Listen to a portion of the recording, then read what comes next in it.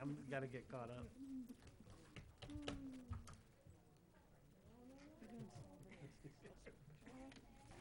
Normally I would, but I'm not. I missed it. I know. Yeah, if you see me dozy, give me a nudge, Debbie. Debbie's got it.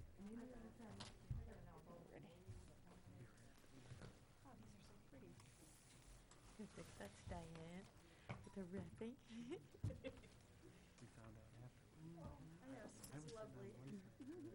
Our colors. Because we The were bag keeping it her, came in a separate her girlfriend that was with her, she's out on dance floor. Anupam? Yes. Did you go to Poor Plant girl. Moran? So we were sitting there, Okay, I was sorry. sitting there drinking water. No, I wanted to, my, Bad. just crazy busy. Doug, did you go to the Plant Moran thing? Okay. No. Just checking to see if anybody went. It's all right. It's no big deal. It's nothing big. Trust me in the room. This is brand new. What are you talking about? Oh, no, I don't want one. Hey, he's not taking this. Lord. Why is it going so Sorry. Okay. Yeah, no problem. Beautiful. Did you go to the Plant Moran thing? Okay.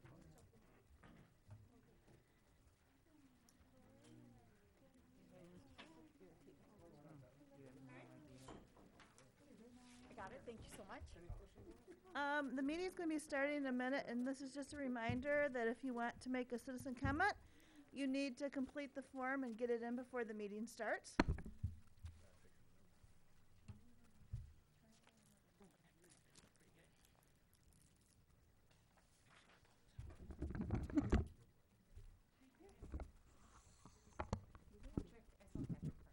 He's hanging his coat up. It's right there. Oh, I should have hung my coat up. Hey, Patrick. You got time, Patrick. Okay. I think we'll be all right.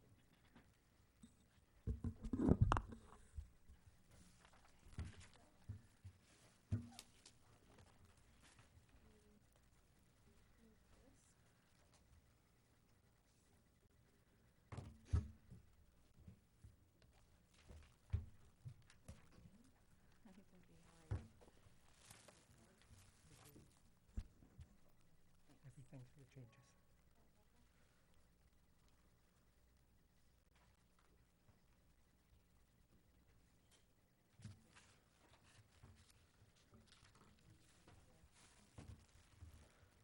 Right next to me. Stuff for me. How you doing? I swear I'll be seated in 1 second.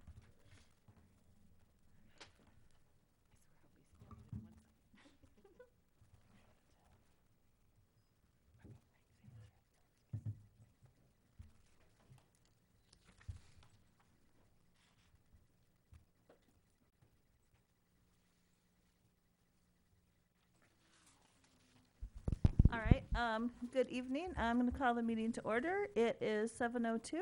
I am Patty McCoy. I appreciate everyone that came out on this cold evening to be with us. And also welcome anybody who's watching this later at home. I'm going to have my board members introduce themselves. I'll start on my left with Member Chastain. Good evening. Oh, what a cold evening, but good evening, and thank you for joining us. Good evening, Sean Wilson. Good evening, Doug Brooks. Hi, good evening. This is Anupam Chirksidhu. Thanks for being here. Good evening, Patrick Kehoe. Thanks for coming out tonight. Hello, Lauren Christensen. Welcome, everyone. And Superintendent Merritt, can you introduce yourself and your staff, please? Good evening, Monica Merritt. Welcome to our meeting this evening. I'd like to begin by introducing my assistant, Ms. Diane Robertson, and thank her for being here this evening to take our minutes. I'd like to ask the remaining members of the staff to introduce themselves to you, beginning with Mr. Brandon. Thank you, Superintendent Merritt. Nick Brandon, Executive Director, Communications and Marketing. Welcome, everybody. Good evening, Kurt Tiskowitz, Executive Director of Student Services. Hi, I'm Debbie Piaz. I'm the Chief Finance and Operations Officer. Welcome. Good evening, Beth Rail, Chief Academic Officer. Thank you for being here. Welcome, Liz Vartanian Gibbs, Human Resources Assistant Superintendent. All right, thank you. Now we will have the Pledge of Allegiance.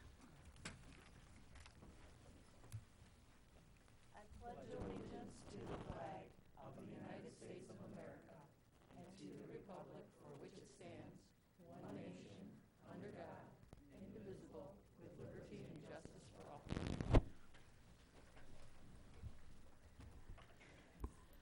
right, so now we are on to adoption of the agenda and approval of the consent agenda. I am looking for a motion. Madam President, I move that we adopt the agenda and approve of the consent agenda, action item 220135. Thank you. I'm looking for a second. Second. All right, it's been moved by Member Brooks and seconded by Member Wilson that we adopt the agenda and approve the consent agenda. Action item 220135. Can you take us through it, please, Superintendent Merritt? Yes, President McCoy, this evening our consent agenda consists of human resources transactions since our last time together. We have new hires. We have a resolution for the computer technician. Those are both for your consideration. We have leaves and resignations. We also have the approval of minutes from our special meeting. That was January 11th, 2022. And we have the final reading of the following policies. Policy 1422, non-discrimination and equal employment opportunity. Policy 1623, Section 504 ADA, prohibition against disability discrimination in employment. Policy 1662, anti-harassment. And Policy 2700, PA 25, annual report. Thank you. I will call for the vote. All in favor say yes. Yes. Any opposed say no. All right. Dr. Vartanian Gibbs. Thank you, President McCoy. Good evening. I would like to introduce you to some new educators here in our district. And when I call your name, if you could please stand up. Aspa Bulehia. Welcome. She is our new social worker at Workman Elementary and Gallimore Elementary. She comes to us with a bachelor's degree from Wayne State University, a master's degree from Wayne State University, as well as 11 years of experience. So welcome, Asma. We are happy you're here. Caitlin Gobble, I don't think she's here this evening, but she is our new counselor at Farron Elementary School. She comes to us with a bachelor's degree from Bowling Green State University, a master's degree from Liberty University in Virginia, and over 6 years of experience. Ryan Shaw. Ryan Shaw is a new classroom teacher here in our district. He's part of our Grow Your Own program. Ryan completed his student teaching at Erickson Elementary. He's currently working at Miller, and he received his bachelor's degree from Eastern Michigan University. Welcome, Ryan. Next, I would like to introduce you to Alex Jagozinski. Alex is our new computer technician, and previously, Alex was a technology paraprofessional here in our district, and now he is taking on this new role to be a computer technician. He has a degree from University of Michigan with a bachelor's degree majoring in journalism.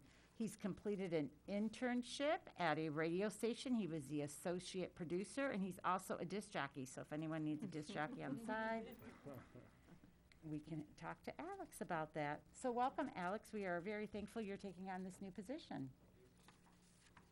So thank you, President McCoy. Those are all of our new hires this evening. Welcome.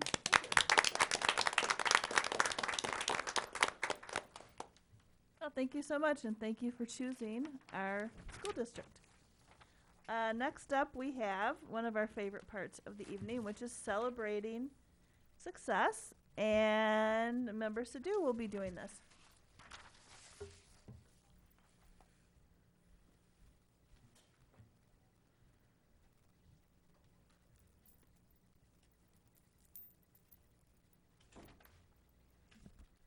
Good evening, everyone. It is actually a tremendous honor to honor one of our own amazing teachers here at the park. Celebrating success this evening, we will honor Ms. Kara Gross, one of the amazing teachers at the Plymouth Canton Educational Park, who has gone above and beyond to serve her students throughout the school year. A P-CCS parent took the time to express their appreciation for the role that Ms. Gross has played in their students' experiences throughout the past school year. They mentioned that during the particularly stressful school week in December, Ms. Gross provided relief to the anxious students by taking the time to discuss the proper procedures and providing timely updates. The parents also noted that their student consistently provides examples that make it clear that Ms. Gross truly cares for her students' well-being and their success. We are so proud to have a teacher like Ms. Gross to be a role model for these high school students. I would like to invite Canton High School Principal Sharita Lewis to the podium to share more about Ms. Gross.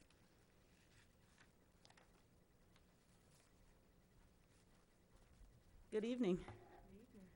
It is a wonderful opportunity to come before you today to actually speak on behalf of Ms. Gross and the wonderful things that she's doing for our students. One of the things that definitely comes to mind when I think of Ms. Gross is that she's a champion, and a champion for our students, and that's what we definitely look for and want to have in our buildings, especially in this climate. When I think of Ms. Gross, I also think of someone who is relentless in the opportunity to support our students in extracurricular activities. She actually co-volunteers to lead one of our advisory councils, which is a very important role because she's actually helping to give our students the opportunity to be leaders and better leaders in our school community. So it is definitely my pleasure. It is definitely, I'm very proud. I'm very happy to say that she is a part of Canton High School. And to this day, I think that she will continue to be great, and I appreciate everything that she's doing for Canton High School. So thank you for this opportunity on her behalf as well.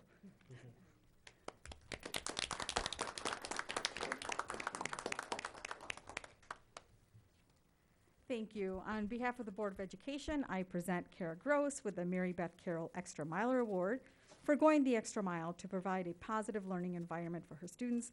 Thank you for all that you do for all of our kids and community. Thank you. Would you like to say a few words? First off, thank you so much, Superintendent Merritt and the whole Board of Education. Oh my word, I just can't.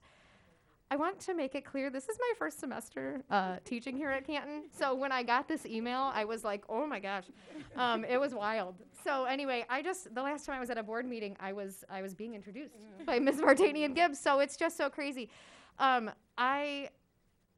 week was as terrifying for me as it was for all of them, I'm sure. And it was my job to not let it be that way, and to just kind of be that calming presence. And it was wild to have the thought go through my head, would I have to take a bullet for these kids?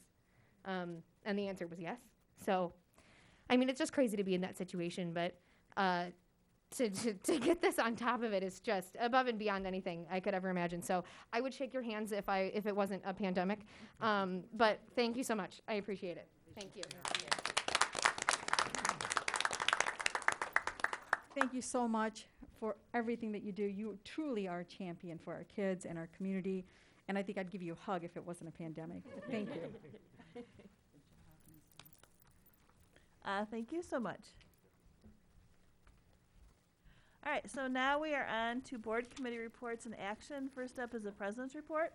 Since we are now in close to the end of January, our full schedule of meetings and committee meetings have really begun. So there's plenty of meetings. SPA's met, finance meets on the regular, policy met. This past weekend, Plant Moran and Clark Hill always run a school law and finance seminar. They have now broken it up into 2 half days due to the pandemic. I went on Saturday morning, as did Superintendent Merritt, and Ms. Piaz went there, and Patrick went. And I would like to thank Ms. Piaz, the Finance Committee, and all of your staff for all of their hard work, because they spent part of the presentation going over ESSER funding, which is a lot. The deadlines, the restrictions, and so to have to handle all of that on top of everything else is just really amazing. So I did send around to everybody the last 2 slides, which were the key takeaways, because a lot of it was a lot. So thank you so very much for all of your hard work. Next up, we have student performance and achievement with Member Sadoo. Thank you. We met on January 12th and went over some great items that you will hear more about. One of the things that was discussed were the new course proposals for the Business Academy for years 3 and 4, and tremendous opportunities for our kids in terms of what they're able to do in these new courses. the innovative program, so kudos to the entire team and that came up with this, not only the program, but the study and the coursework. In addition to the courses for the Business Academy, we also had a discussion about the early middle college program that you're going to hear more about. And so this was a tremendous opportunity for us to look at the progress we've made in SPA, the Student Performance and Achievement Committee. This is one of the programs we actually talked about 3 years ago with, I think it was Dr. Bender at that time, to say, what are we doing to advance opportunities for our kids that are innovative, that make Plymouth-Canton a more competitive school district, where students have the opportunity to earn college credits and an associate's degree while they're here, and opens up pathways for them to go to other areas, not just community college, but four-year universities. So that proposal is moving forward, and it's coming to the board. You'll hear more about it later today. So I want to applaud the entire team, Superintendent Merritt's team. And I particularly want to thank Mr. Hal Hurd for starting this initiative, because he actually did this in a previous university. So we capitalized on that talent.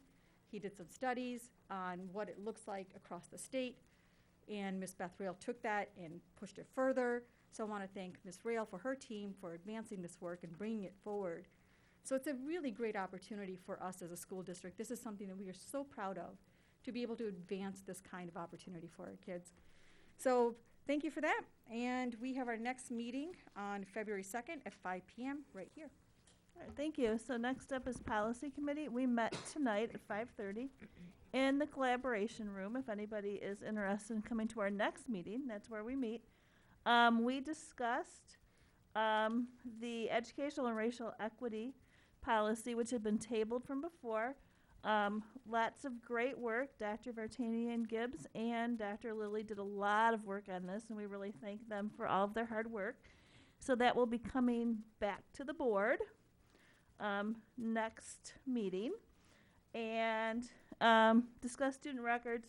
And then we talked about a whole bunch of policies that are kind of intertwined that we will be bringing back at our next meeting, which is February 22nd, which is the second board meeting in February, 5:30, way down the end of that hallway in the collaboration space. Anybody is, of course, welcome.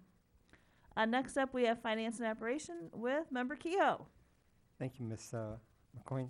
So we met last Thursday, the 20th, and we discussed a number of things that will be on the agenda this evening. We discussed the work that we're doing on the auditorium rebuild and renovation at Salem High School, and the work that we've done to make sure that all three levels are accessible: the orchestra pit, the stage, and the process, and adding the vertical lift as part of that process. We also discussed the stage equipment that will be added as part of that bid package. We did review of bid package is for the Salem High School AV security, so that's part of that same auditorium process, is providing the AV and the security equipment as part of that. We reviewed structured cabling that we're going to be doing to support the renovation that will be happening at Miller School. We reviewed our transportation KPIs and the struggles that we're having in being able to get enough bus drivers. If anybody is interested in being a bus driver, they're hiring and they pay well. We reviewed the financial statements for December 31st, and we reviewed the mid-year budget amendment. As President McCoy mentioned, there's a lot of work that goes into this budget process and a lot of activities that's happening with the ESSER funds, and Ms. Piaz and the entire team have done a lot of great work in being able to get us to this mid-year budget process. We also discussed some of the challenges that we're having in our Plymouth High School natatorium and multipurpose room addition. That's a project that we had intended to be able to bring forward, but we're having some struggles with that from a construction process, and we are looking for a way forward with that, working with our construction managers and our architects. The next meeting is coming up on February 3rd. At that point, we'll be starting the budget process all over again. We'll be doing our survey planning and being prepared to support the questions that we have for the community, and the input process to give you input to help us with our budget priorities, as well as reviewing other budget projects such as the elementary school programs that we're doing. That is here in this room. That is February 3rd at 5 o'clock p.m., and we welcome people to attend. All right, thank you so much. Next up, we are at administrative reports and recommendations. First up is Superintendent Merritt with Superintendent's Report. Thank you, President McCoy. And some of you know and some of you don't. I am a New Year's Eve baby. And what does that mean? Is that I always embrace a celebration. I want to remind us all again that it is School Board Recognition Month. And this is a time that I want this entire room and everybody that's virtual to join me in celebrating and thanking our school board members for your tireless work. We say we're going to celebrate this whole month. You are always such strong advocates for our children.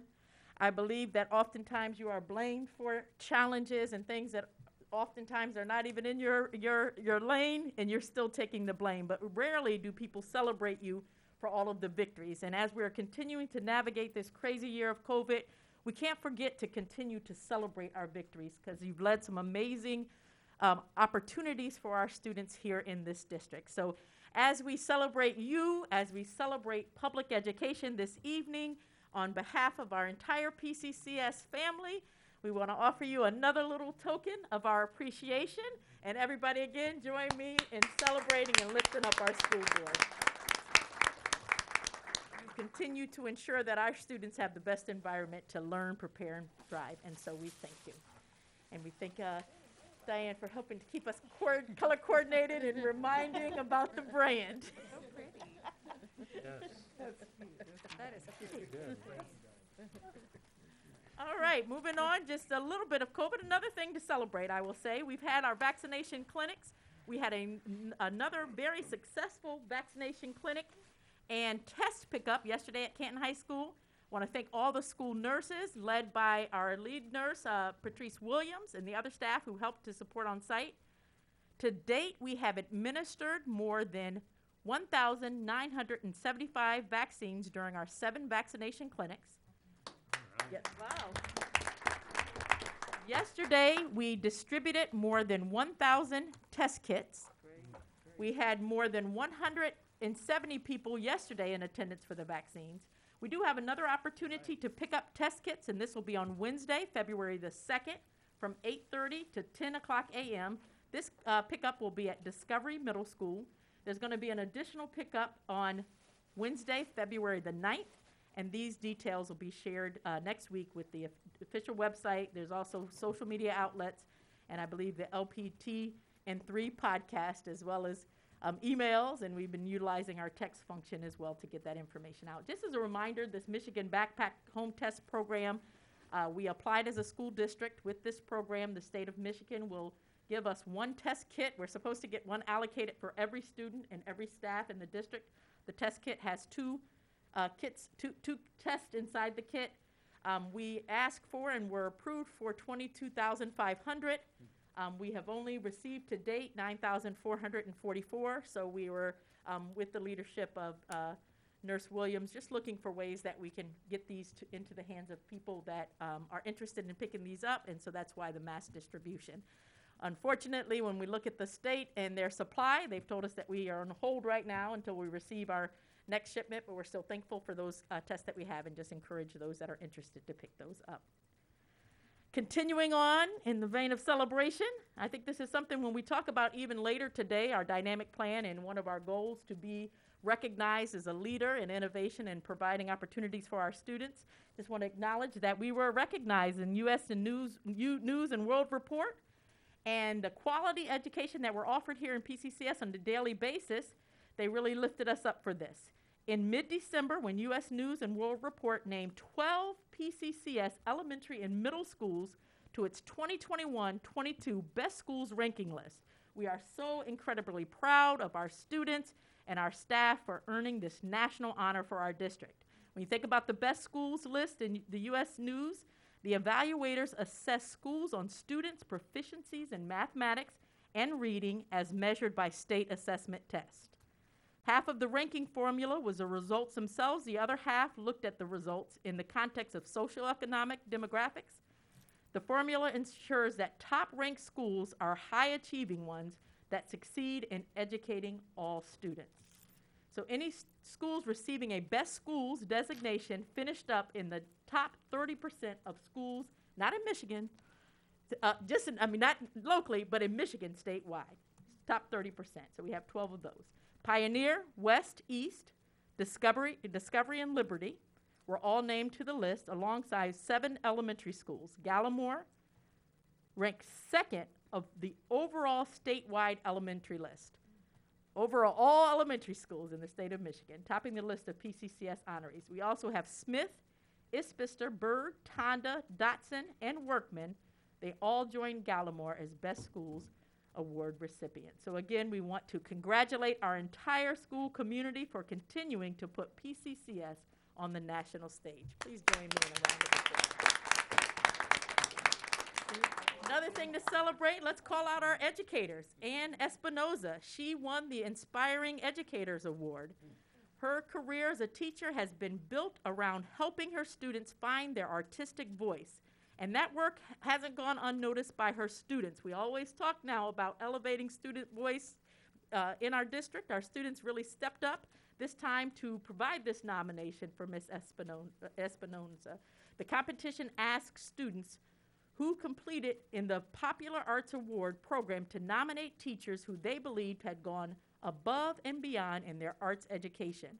Students were asked to recommend teachers who they felt had helped them, pushed them, mentored them, and inspired them. And students who nominated a teacher were asked to share stories about their interactions with the teacher along with that nomination. And an email announcing Espinoza's award, contest officials said multiple students took the time to nominate her for this award in the southeastern Michigan region. So please join me in congratulating Ms. Espinoza. And she, I think, will receive this award at a virtual event presented in partnership with the Detroit Institute of Arts on March the 8th. Just one more quick announcement. Our PCEP shadowing days are scheduled to take place. They're coming up this month. Remember, the PCEP shadow program is for students and families who reside in the boundaries of PCCS but do not currently attend PCCS schools. So we're excited to present these days again. We have Salem High School will be hosting on February the 16th, Plymouth High School on March the 16th, and Canton High School on April the 6th. The schedule for the day includes students being paired with a PCEP student, and they attend 3 classes together with that student. They have a meal in the cafeteria together, and they have a small group opportunity for discussions and answers to questions with their counselors, as well as other PCEP staff. This experience is the same at all high schools, so we encourage those that are interested in finding out more about these incredible opportunities that are happening at our high school campus to please sign up for a shadowing event via the official PCCS website. That is www.pccsk12.com. So I want to continue along this vein each and every board meeting so that as we, I believe, have so many things to celebrate and recognize in our district, we don't lose sight of the wonderful just contributions of our staff and our students on a daily basis, because they really are making it happen, and it's a lot to be proud of. This evening, I am now going to transition over to our Director of School Safety and Security, Director Joshua Meyer. I'll ask him to come to the podium. We thought this would be appropriate to just give our community, our board, a brief update on our ALICE training and our emergency operations plan. We heard Ms. Gross earlier just reference the event that took place in our lockdown, and again, we were so extremely proud of our students and our staff through that traumatic situation. I know that in the past there have been questions about how ready are we, and I think that they really stepped up and showed that they were ready. We hated that our students and staff had to go through that experience, but that they were prepared. And so tonight we just want to give a high-level overview of just those trainings that we have in place and the process that we have to keep our schools safe, as well as our emergency operations plan. Director Meyer. All right, thank you, Superintendent Marion. Good evening, Board. I want to talk a little bit about ALICE training. ALICE, as you know, stands for Alert, Lockdown, Inform, Counter, and Evacuate. Our ALICE training program really started back in 2018. That charge was led by Superintendent Merritt, who brought in our now security manager, Eric Kolke, who at the time was a sergeant with the Canton Police Department. Eric is extremely knowledgeable in this arena in preparedness and response to active assailant incidents. It's what he specialized in when he worked with the Canton Police Department. Eric's been responsible for not only training when he was in Canton, not only training houses of worship, schools, businesses, and active assailant, he also trained police officers in response to active assailant incidents, and not only just for the Canton Police Department and our local neighboring jurisdictions of Plymouth Township and Plymouth City, but he's also trained police officers from across the state of Michigan. He still works for a company today that does that training and continues to train police officers across the state of Michigan. So he is, when I say he's an asset to have on our team, he's truly an asset to have on our team. So in 2018, I wasn't working for the district. I was still with the Canton Department of Public Safety. We kicked off this training in partnership with Superintendent Merritt, and we led some ALICE training for our staff. The district had to pause that, or pause those efforts with the start of COVID. It's difficult, you know, we can do some remote training for ALICE, especially when in terms of refresher training, but to do some of that initial training in the classroom work, you really need to be in the classroom with teachers, showing them the procedures and the processes that take place during a lockdown, how to properly barricade a classroom, and those response techniques. So this year we brought that training back. This would be, and I'll talk about our emergency operation planning in a minute, but biannually we're required to review, update, and submit to the state of Michigan our emergency operation plan. And 2022 is the year we have to do that. So in August of last year, we kind of kicked off that process.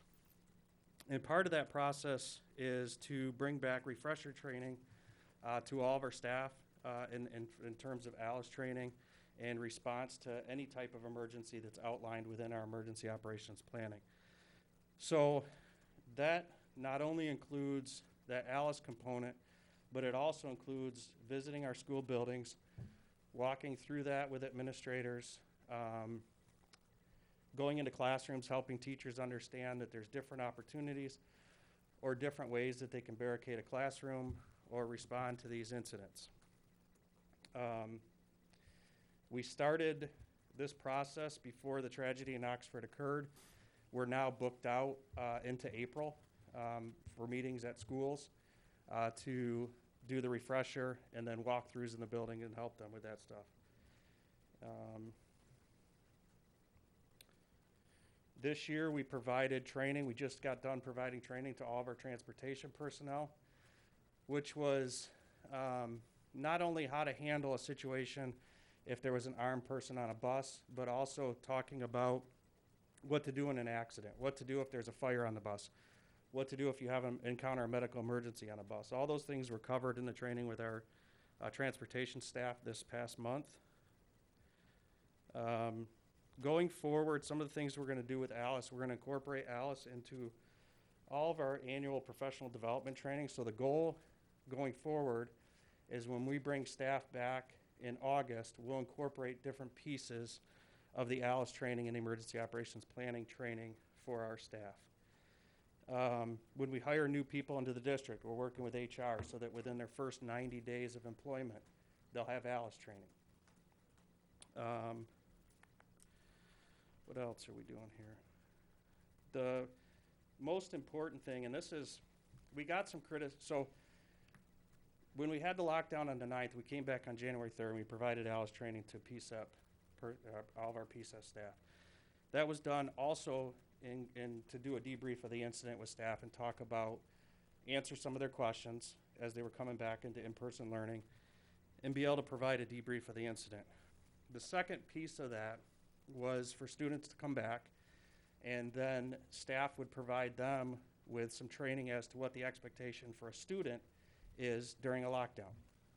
And so we got some criticism as to why are we doing this 6 different classrooms? Why are our students doing this 6 different times throughout the day? And the answer is quite simple. It's important. Every classroom that student may, at the park, they're going to different buildings. They're going to different classrooms. All those classrooms aren't the same. Some have windows on both sides of the classroom. Some have exterior exit doors. So the idea behind that was for the students to understand what their role was and what that teacher's expectations were if a lockdown was to occur while they were in that specific classroom. So we did that, and then we provided those teachers with some resources and explanations and ideas and different ways that they could do things. Moving forward, we're working on doing a video series, providing a video series, so that when we do, we're required to do, we do 3 lockdown drills a year.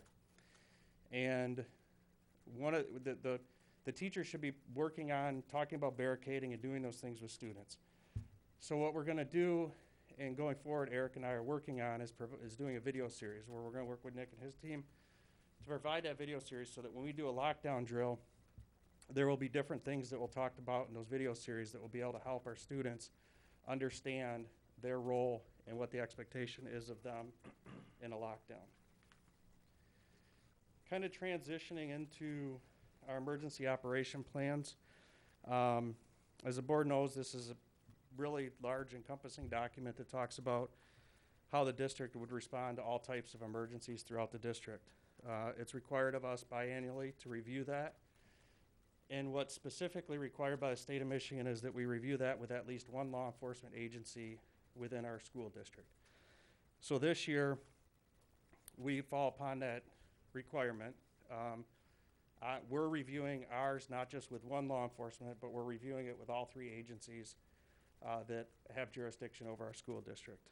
And we're also reviewing it with the fire department response agencies as well. So that, because it's important that our law enforcement agencies understand what's in that policy, but we have fire and EMS that respond to these incidents too. So we have to make sure that they're aware and understand the processes of the district as well and what's in our emergency operation plans.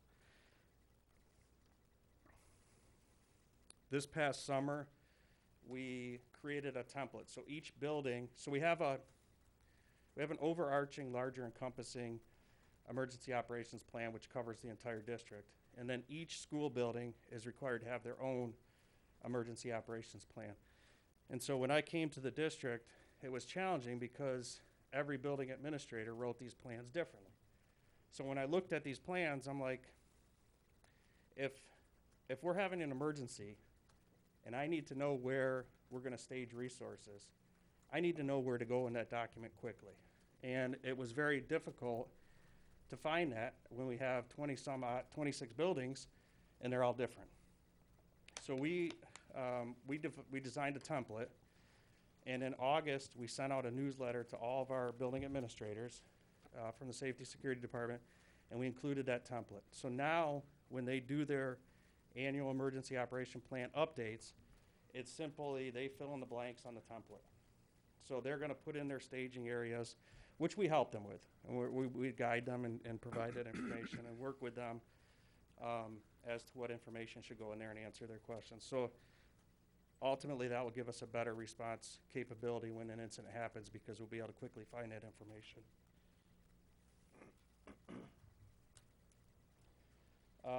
New radios, the board is aware, new radios are on order. That will drastically improve our emergency preparedness. We're working on lockdown kits for the classroom. So that's one of the goals that we had with this emergency operations plan update, was to develop kits that would go in the classroom, because we know that it's not safe, when we're in a lockdown, it's not safe to allow students to leave that classroom to go to the bathroom. So what do? We have to use trash cans. So we're gonna have a bucket, and in that bucket is gonna be different items, including first aid supplies, bathroom supplies, flashlight, non-perishable food items, and tools that can be used for securing that and assisting the classroom and barricading the doors in the room. Our goal is for every classroom in the district to have one of those, and then provide a similar lockdown kit for buses. Because in the last incident, we had buses staged, and they don't have those resources on the buses as well.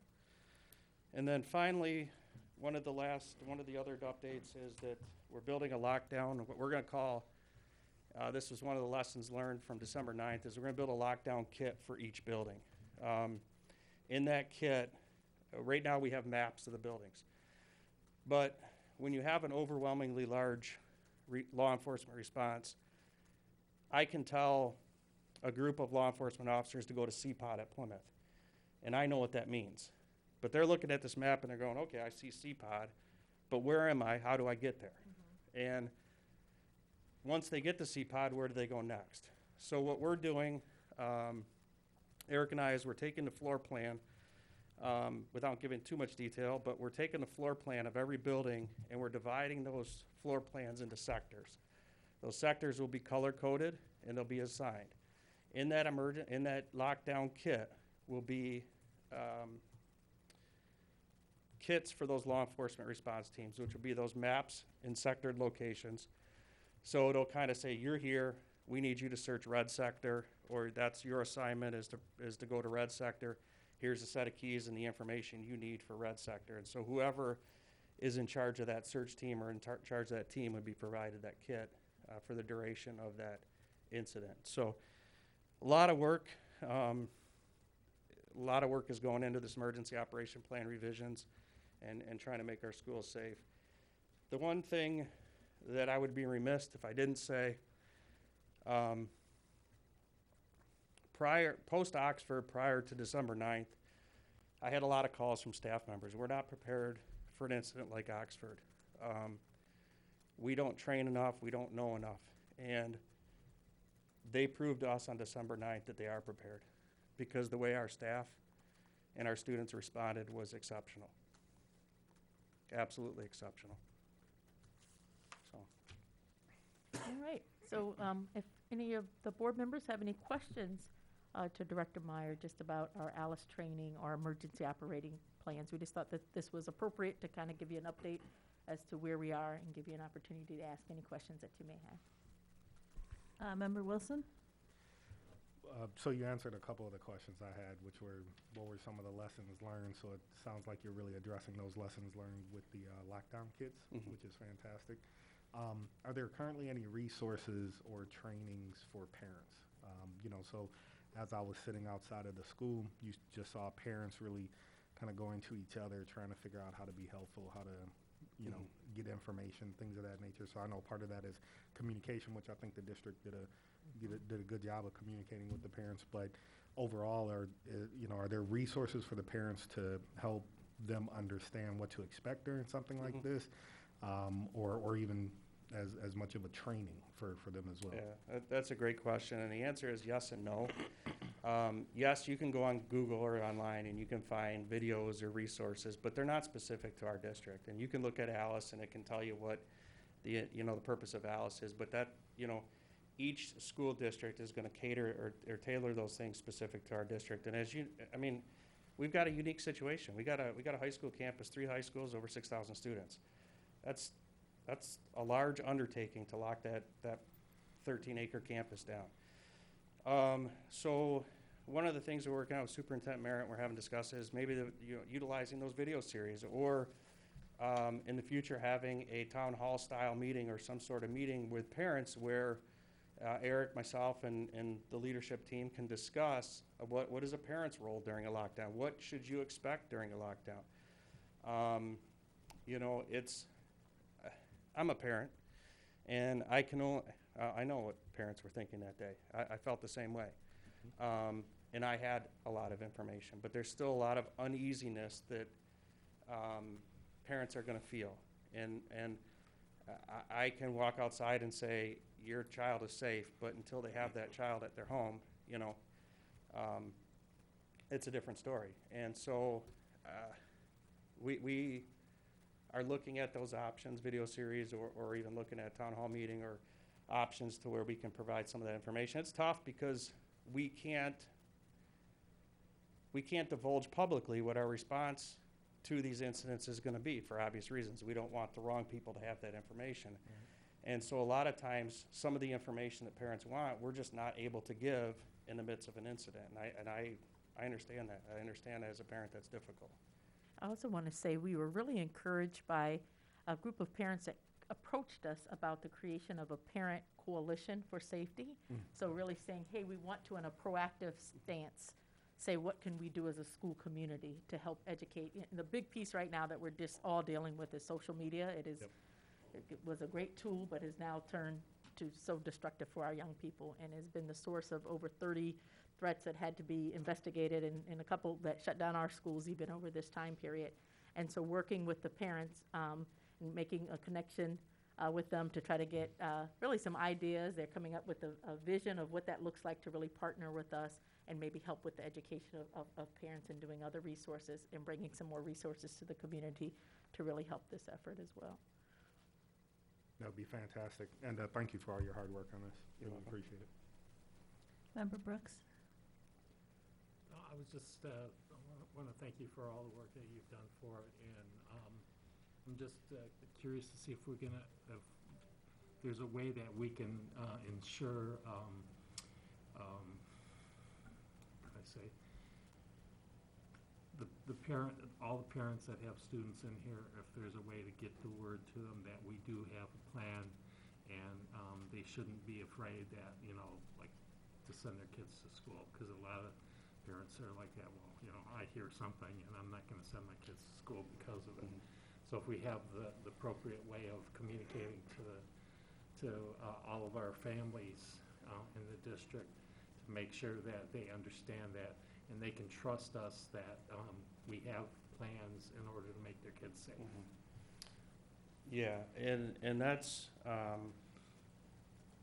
it's there's a fine line, and I understand what you're saying, and it's tough to, sometimes we can't answer the questions that they're asking, and I'll give an example. You know, post-Oxford, as the superintendent said, we've investigated over 30 threat-type complaints, but we've been able to narrow some of them down and combine some of them, and it's been a long few weeks. It's been a long month, to be quite honest with you. You know, but one of the questions that continuously came up, and it came up the morning that we sent PCCS home early, and that decision was made. You know, we had a lot of information as to what that threat was, but we were getting a lot of questions about, well, what's your threat assessment matrix? You know, we saw this on the news. Would you send a kid back to the classroom? And the answer is, we do have a threat assessment matrix in place. It's all part of our emergency operation plan. It's being reviewed just as the emergency operation plan is. But to ask that question, will we send kids back to school? The answer is, in most cases, no. We follow that matrix, and that guides us into what decisions are made with that incident or that particular threat.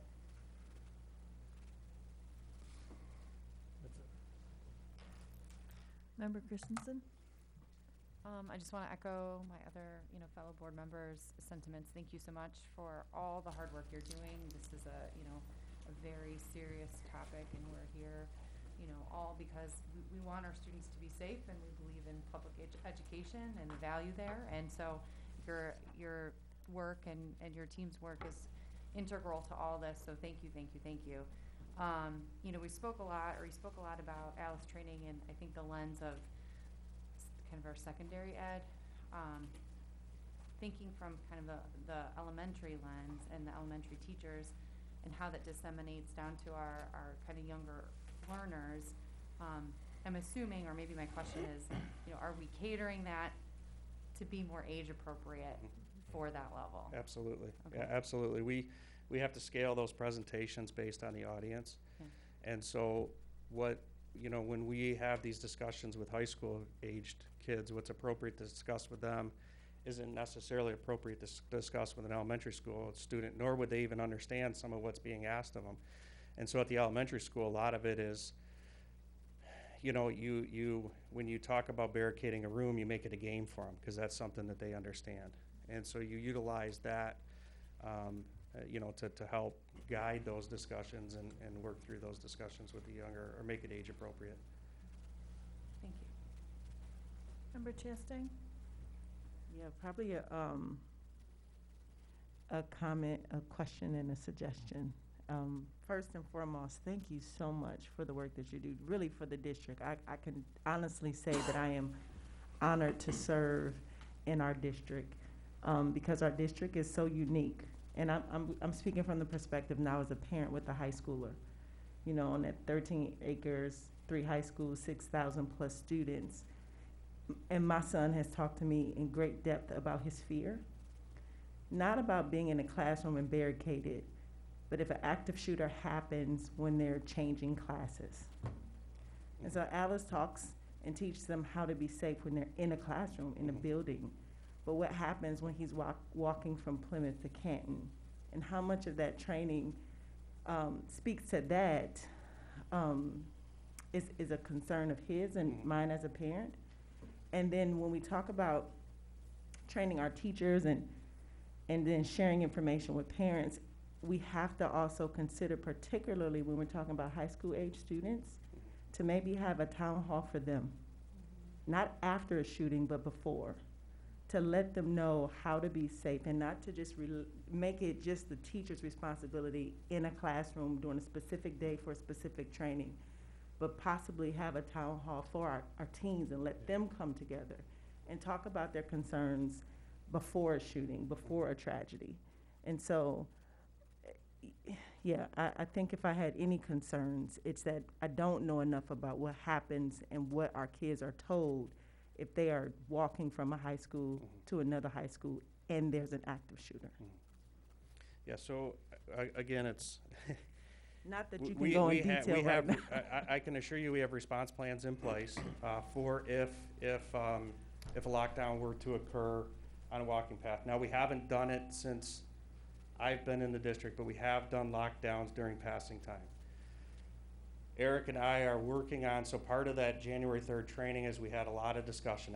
That's a question that's asked by a lot of our staff. And we had a lot of discussion on different solutions that students and staff can use in a lockdown during passing time using the ALICE concepts. And so we realize and we recognize that we have to further that discussion with our staff and our students, and that's where some of that video series and then transitioning in that one of our lockdown drills may end up being during passing time, so that once we get that information out, we can test that information and see where we need to improve and what we can do better. You know, it's a unique challenge.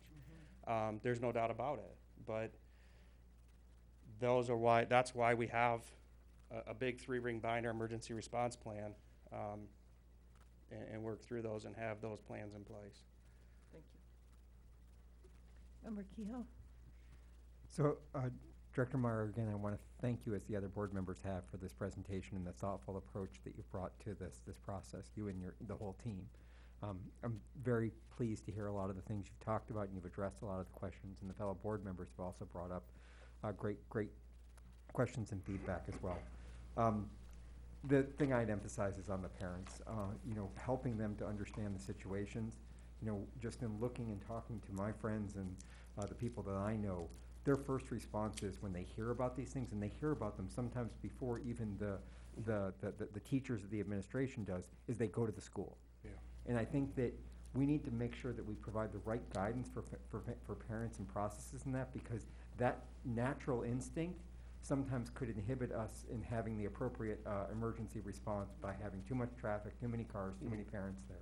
Yeah. So providing guidance and feedback to the parents on what to do, how to handle these things, what you should do, and the really great programs that you've put in place will help them to feel comfortable and know what the right response is in that. Yeah, that's a great point, and we saw that happen on December 9th in a couple different aspects. Number one, traffic was an issue. We had to take our law enforcement staging area and move it because we had officers that couldn't get to the staging area because of the traffic.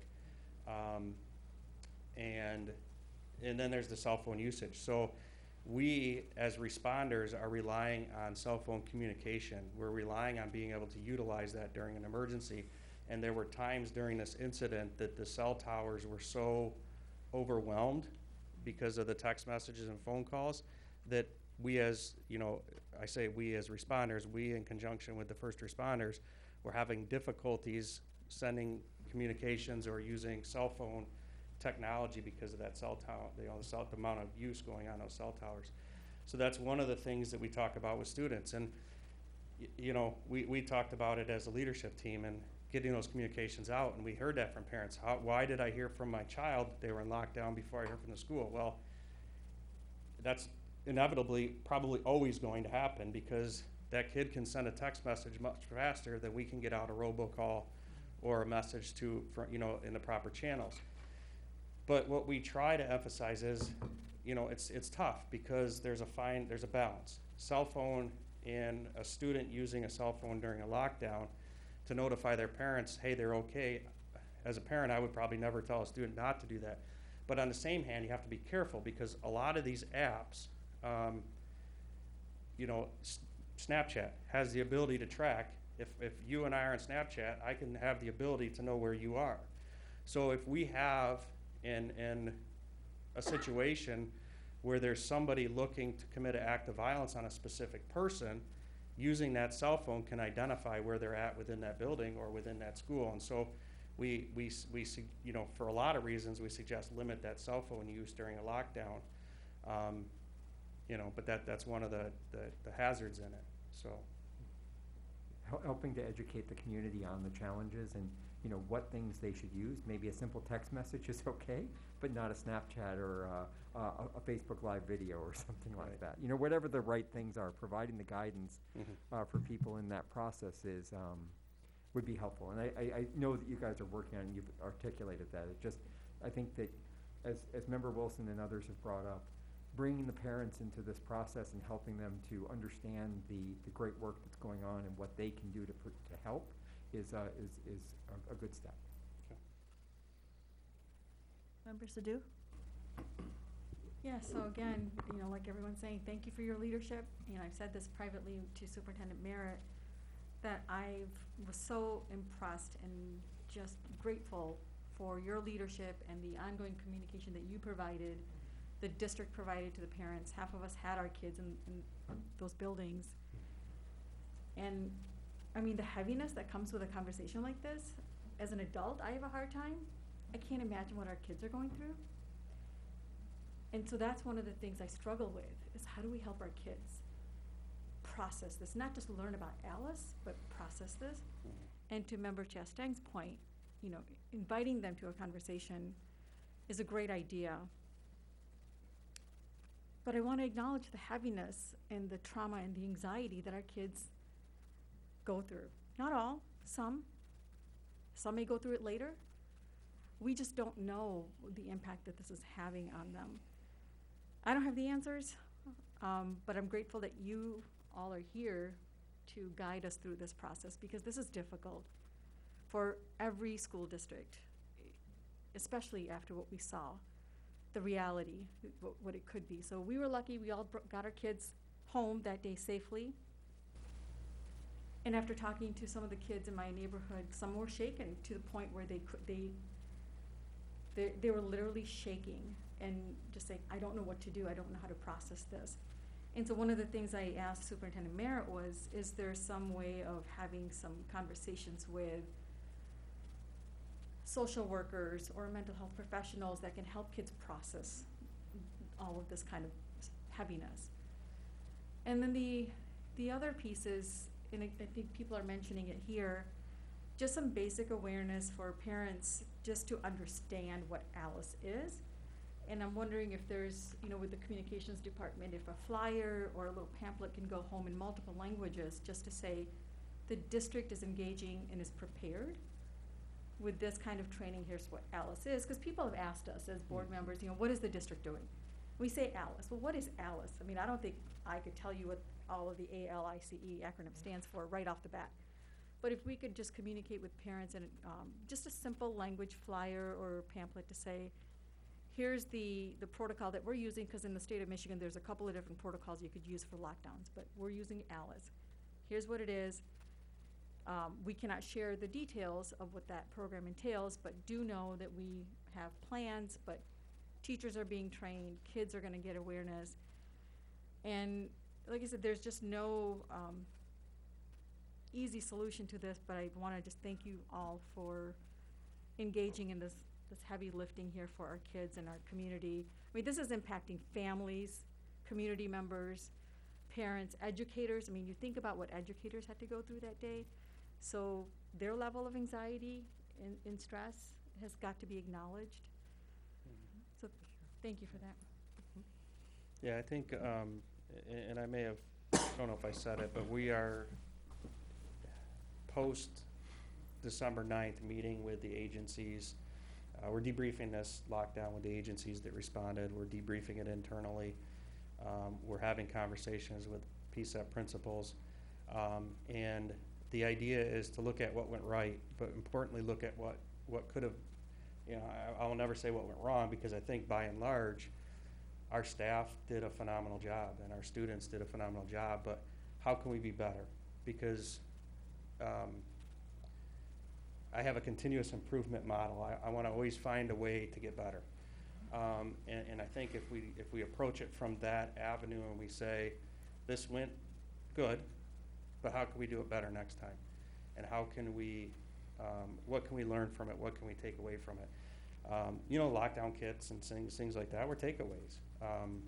And so those are the takeaways that we're going to come back and we're going to work with Superintendent Merritt and the core leadership team to try to implement those things in some of our goals for the next year. My questions were really answered. I just want to echo what the other board members said, though, about if the community and the students have the most information, I think it would make a big difference. For instance, if you say to parents, well, if you drive up to the school, you could be Hindering, yeah. well, hindering the investigation, or forced to sit there for, you can't then leave if the streets are closed. You know, that's an explanation that makes sense to people. Because the first instinct is to get in your car and go up there. Every parent thinks that. And so if they have an explanation of why that's a bad idea, and the students too, because the students also then wonder, well, why can't I just leave? Because, you know, I'm fine, I'm just going to go to my car. But the more knowledge, the better off it will be. But thank you so much for this work. It is so important. And hopefully, community members have watched this or will be watching this tomorrow, because it's a lot of information that they've been asking about. So thank you so much. You're welcome. I also want to share, I know how he talked about such an asset being in Eric Kolke, but I also want to publicly talk about the asset that we have in you, Director Meyer. So grateful every single day just of his strategic, proactive thinking. He never stops thinking and planning and looking at how we can elevate and to your point about continuous improvement. That's your wiring, and I appreciate you.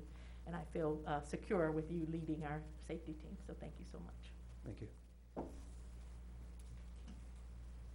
All right, next up we have teaching and learning with Ms. Rail. I'm very excited about this.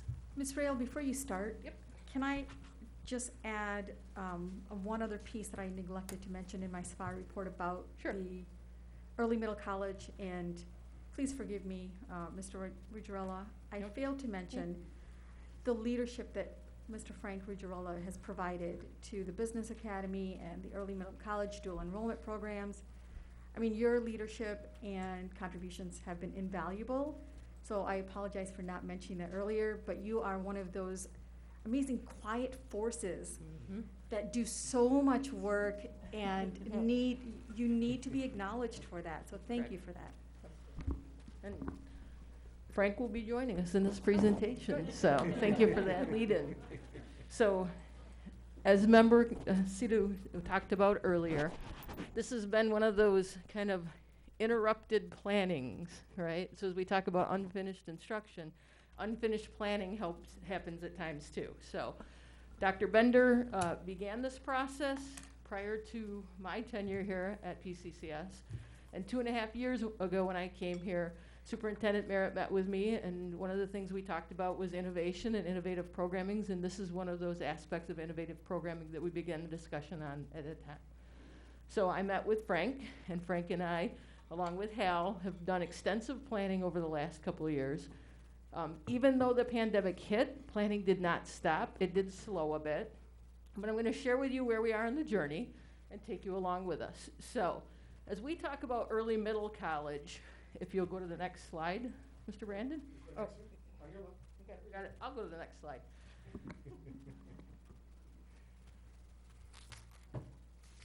As we talk about early middle college, it's important in the framing to understand what an early middle college is and then how it differs from dual enrollment. Because many parents and community members are familiar with dual enrollment.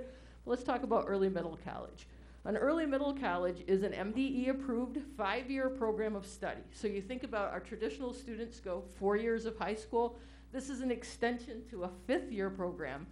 And what our students come out of this program with is we do a lot of collaborative work with post-secondary partners, 2 of whom you are going to meet tonight, who are going to share with you what the work we've engaged in together. And then we provide students the opportunity to simultaneously earn a high school diploma and 1 or more of the following that you see on this screen: 60 transferable college credits, an associate degree, a professional certification, something called a MEMCA, Michigan Early Middle College Association Technical Certificate, or participation in a registered apprenticeship program. Now, these things happen while students are P-CCS students and simultaneously work together to be a student of one of our post-secondary partners. When we talk about dual enrollment versus early middle college, there's similarities and differences in the framing. So, many folks are familiar with dual enrollment. And I also want to go back here and say an important word that I didn't say: free to families. So as the students engage in this work, we get the FTE and we provide all of the programming for the students using that FTE. And we can talk more deeply about that if you want to get down and dirty into the details with us. You're welcome anytime. Dual enrollment, what's the difference? Dual enrollment, similar. We expend the FTE and pay for. FTE means full-time equivalency, for those of who are unfamiliar with our acronyms. But with dual enrollment, students meet eligibility requirements, and some of those requirements are things like performance on state assessments. They have to be a student at P-CCS, enrolled in at least 1 class. One of their family members has to be a resident of Michigan. There's a laundry list of requirements set forth by the MDE, but there's also courses students can and cannot take. So there's also some restrictions on what courses students can and cannot take in dual enrollment. They can enroll in up to 10 post-secondary courses throughout their high school career, and the law does not prescribe a specific course of study. It can't be a course that we offer at our school, and there's some other things in place, like they can't have not passed a course in our school and then go take it at a post-secondary university. One of the major differences with the early college program is this. 1 is it's a 5-year course of study, and 2, it's a prescribed and structured program. So a student is working towards something. In dual enrollment, I can take just a smattering of different things, but in an early middle college program, I'm looking at something I'm interested in going to as a career. What is it I'm interested in? I'm going to earn something in that area, in that course of study. There are 3 different ways these roll out generally in our state. One is an early middle college standalone high school. And you've heard of some of these, like Mott Middle College or Washtenaw Technical Middle College. Those types of programs are standalone high schools. All students at that school are early middle college students. There's pros and cons and benefits and kind of some challenges to all of that. The second type is an early middle college program. Not every student in the program not every student in the high school is a member of that program. So this offers some additional flexibility for our students. So let's say a student is going down the pathway and then they decide, I don't want to wait 5 years. I want to graduate now. I want to just move on. I've got a different opportunity. This allows them that choice. So we talk about flexibility a lot. When we talk about flexibility as a board, offering students multiple opportunities, this offers us some more flexibility. Early Middle College Consortium are a group of programs that work together, and often through like an ISD or a Wayne Risa type program, and come together. So it would be us, maybe some other local school districts, all engaging together in a consortium model. And one thing I want to do before I introduce our post-secondary partners and stuff, and before I kind of talk about key elements, is talk about the connection of this program to our draft dynamic plan that we're going to talk about tonight. As we talk about things that we're looking for the future of our students, partnerships that provide opportunities for their social, emotional, academic, and behavioral mental health growth, you can see some direct correlation to this program. When we talk about student agency and student voice and giving students opportunities in an innovative space and looking to be innovators for the future of our students at P-CCS, you'll see some direct correlation to this program. Some of the key elements of this program is it's college focused. So again, it's an academic program. Students are earning college credits. Students have academic and social emotional support. Just like here, we wrap our arms and our hearts and our minds around our students, so do the post-secondary institutions that we've chosen to partner with. College readiness and success, also known as soft skills focus. There is specific curriculum around this that our students will engage in, which will also tip over into what we do in our more traditional programming as well. And our partners have done a great job of sharing all of their resources with us in this journey. High school and post-secondary collaboration. We have some great collaborative partners. It's an expansion of those partners that you'll see tonight. And as Superintendent Meyer discussed, a culture of continuous improvement. We will be working hand in hand throughout this process with our post-secondary partners, learning lessons from them and sharing our lessons and just continuously improving together. Students enter their program no later than the fall of their 11th grade year. They can enter it in 9th grade, 10th grade, or in the 11th grade year. When we launched the Business Academy, it's one of those things you heard us talk a lot about is, well, what if a student doesn't know in 9th grade that they want to do this? It's giving some multiple entry points. So with that, I'm going to introduce Frank Ruggiero, our Director of Partnerships and External Affairs, who's also going to then turn around and help us meet our post-secondary partners. So Frank? Thank you, Beth. Good evening, everyone. It's my great pleasure tonight to introduce our partners in this new endeavor, an exciting endeavor. Michigan, the state of Michigan, is really blessed to have some fantastic community colleges, maybe the best in the country. And here in Plymouth Canton, we're fortunate to have two of the best right within our geographic area. So these institutions not only offer great programs, but they've proven already to be great partners for us. That made everything really very easy for us to do. Reaching out to them, again, as Beth mentioned, they were very open, sharing information, and have really helped us as we prepare for our application with the state of Michigan. So with that, short and sweet tonight, I'd like to introduce our partners to you. Dr. Lori Katua-Snyder will speak to you first here tonight. You may remember Dr. Schneider. She is the Chief Student Services Officer at Schoolcraft College, but she was also very instrumental in our Business Academy, so you may remember seeing her. And then after Lori speaks, Linda Blakey, who is the Executive Vice President for Student and Academic Services at Washtenaw Community College. So, Lori, can you start us off? Thank you, Frank. Superintendent, Merit Board, faculty, and staff. Thank you for having us tonight. A little bit about our Schoolcraft's Early College program. We call it SC Edge EDGE, earn a degree, graduate early. And we have two partners. One is Airport Schools Downriver, and the other one is Northville Public Schools.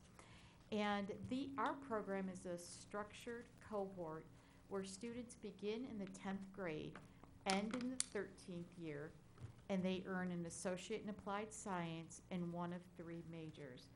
They can earn a major in general business, criminal justice, and computer information systems with an emphasis in computer programming.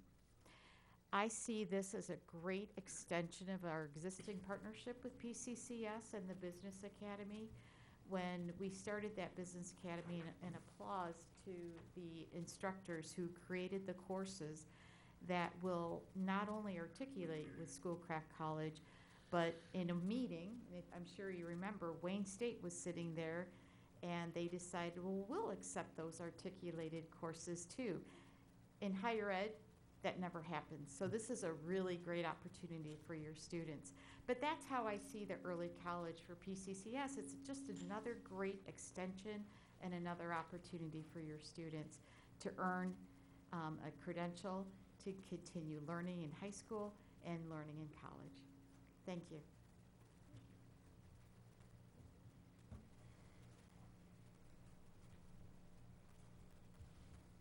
Good evening, and thank you for having me this evening. From Washtenaw Community College, we've been doing middle college programming for a very long time. Washtenaw Technical Middle College is over 20 years old. We also have partnerships with a consortium partnership with Livingston County, with the five districts there. We also have a middle college with Dexter, and also with Ypsilanti. It's an incredible opportunity for the families of your district. Allowing students to access college, be able to graduate with either a certificate or an associate degree at no cost to the families is an incredible opportunity and just an option that students should be able to have and parents should be able to have. We have state-of-the-art labs in many of our programs, in our occupational programs like welding and auto service and mechatronics, our health areas, our graphic design. We've chosen the programs that we've chosen for the middle college for this first round are mechatronics, supply chain, our education program when we have both regular education and early childhood education, and then graphic design. And so again, I think it's an incredible opportunity for students to have the opportunity to graduate. We have our faculty, I will say our faculty love our middle college students because they're so well prepared and do very well in our classes. Our middle college, Washtenaw Technical Middle College, 85% of the students graduate. As Beth mentioned, you saw that students have to have a certificate or an associate degree to graduate, but 85% of WTMC students are graduating from high school with an associate degree, and they are incredibly successful. So again, I welcome the opportunity for your district to partner with our college. Thank you. What are our next steps? Signed MOUs with our post-secondary partners. And tonight for your review is a first read of a board resolution that is a statement that we would need to have as a board resolution that's approved not for the application itself, but for the final approval of the middle college, early middle college. So the statement you'll see here, and I'll also kind of read it as we go over the resolution, but I'll do it right now too. The P-CCS Board of Education approves a 5-year graduation plan that requires successful completion of a math or math-related course to be taken in the 5th year for early middle college students. Completed application will be submitted to the MDE on or before February 3rd, and again, continued planning with our collaborative partners. And with that, we'll take any input or questions that you might have at this time. Also, I want to circle back to something Member Sadhu was talking about, which is a shout out to Hal Hurd for bringing this program to our district and also being involved integrally into the planning with us all along the journey. So Hal didn't speak with us tonight for us, but because it's a short presentation, but I just wanted to shout out all the work that Hal has done as well. So with that, questions you might have, input you might have for us as a team, and all of us are welcome and available for any of your questions. Member Wilson?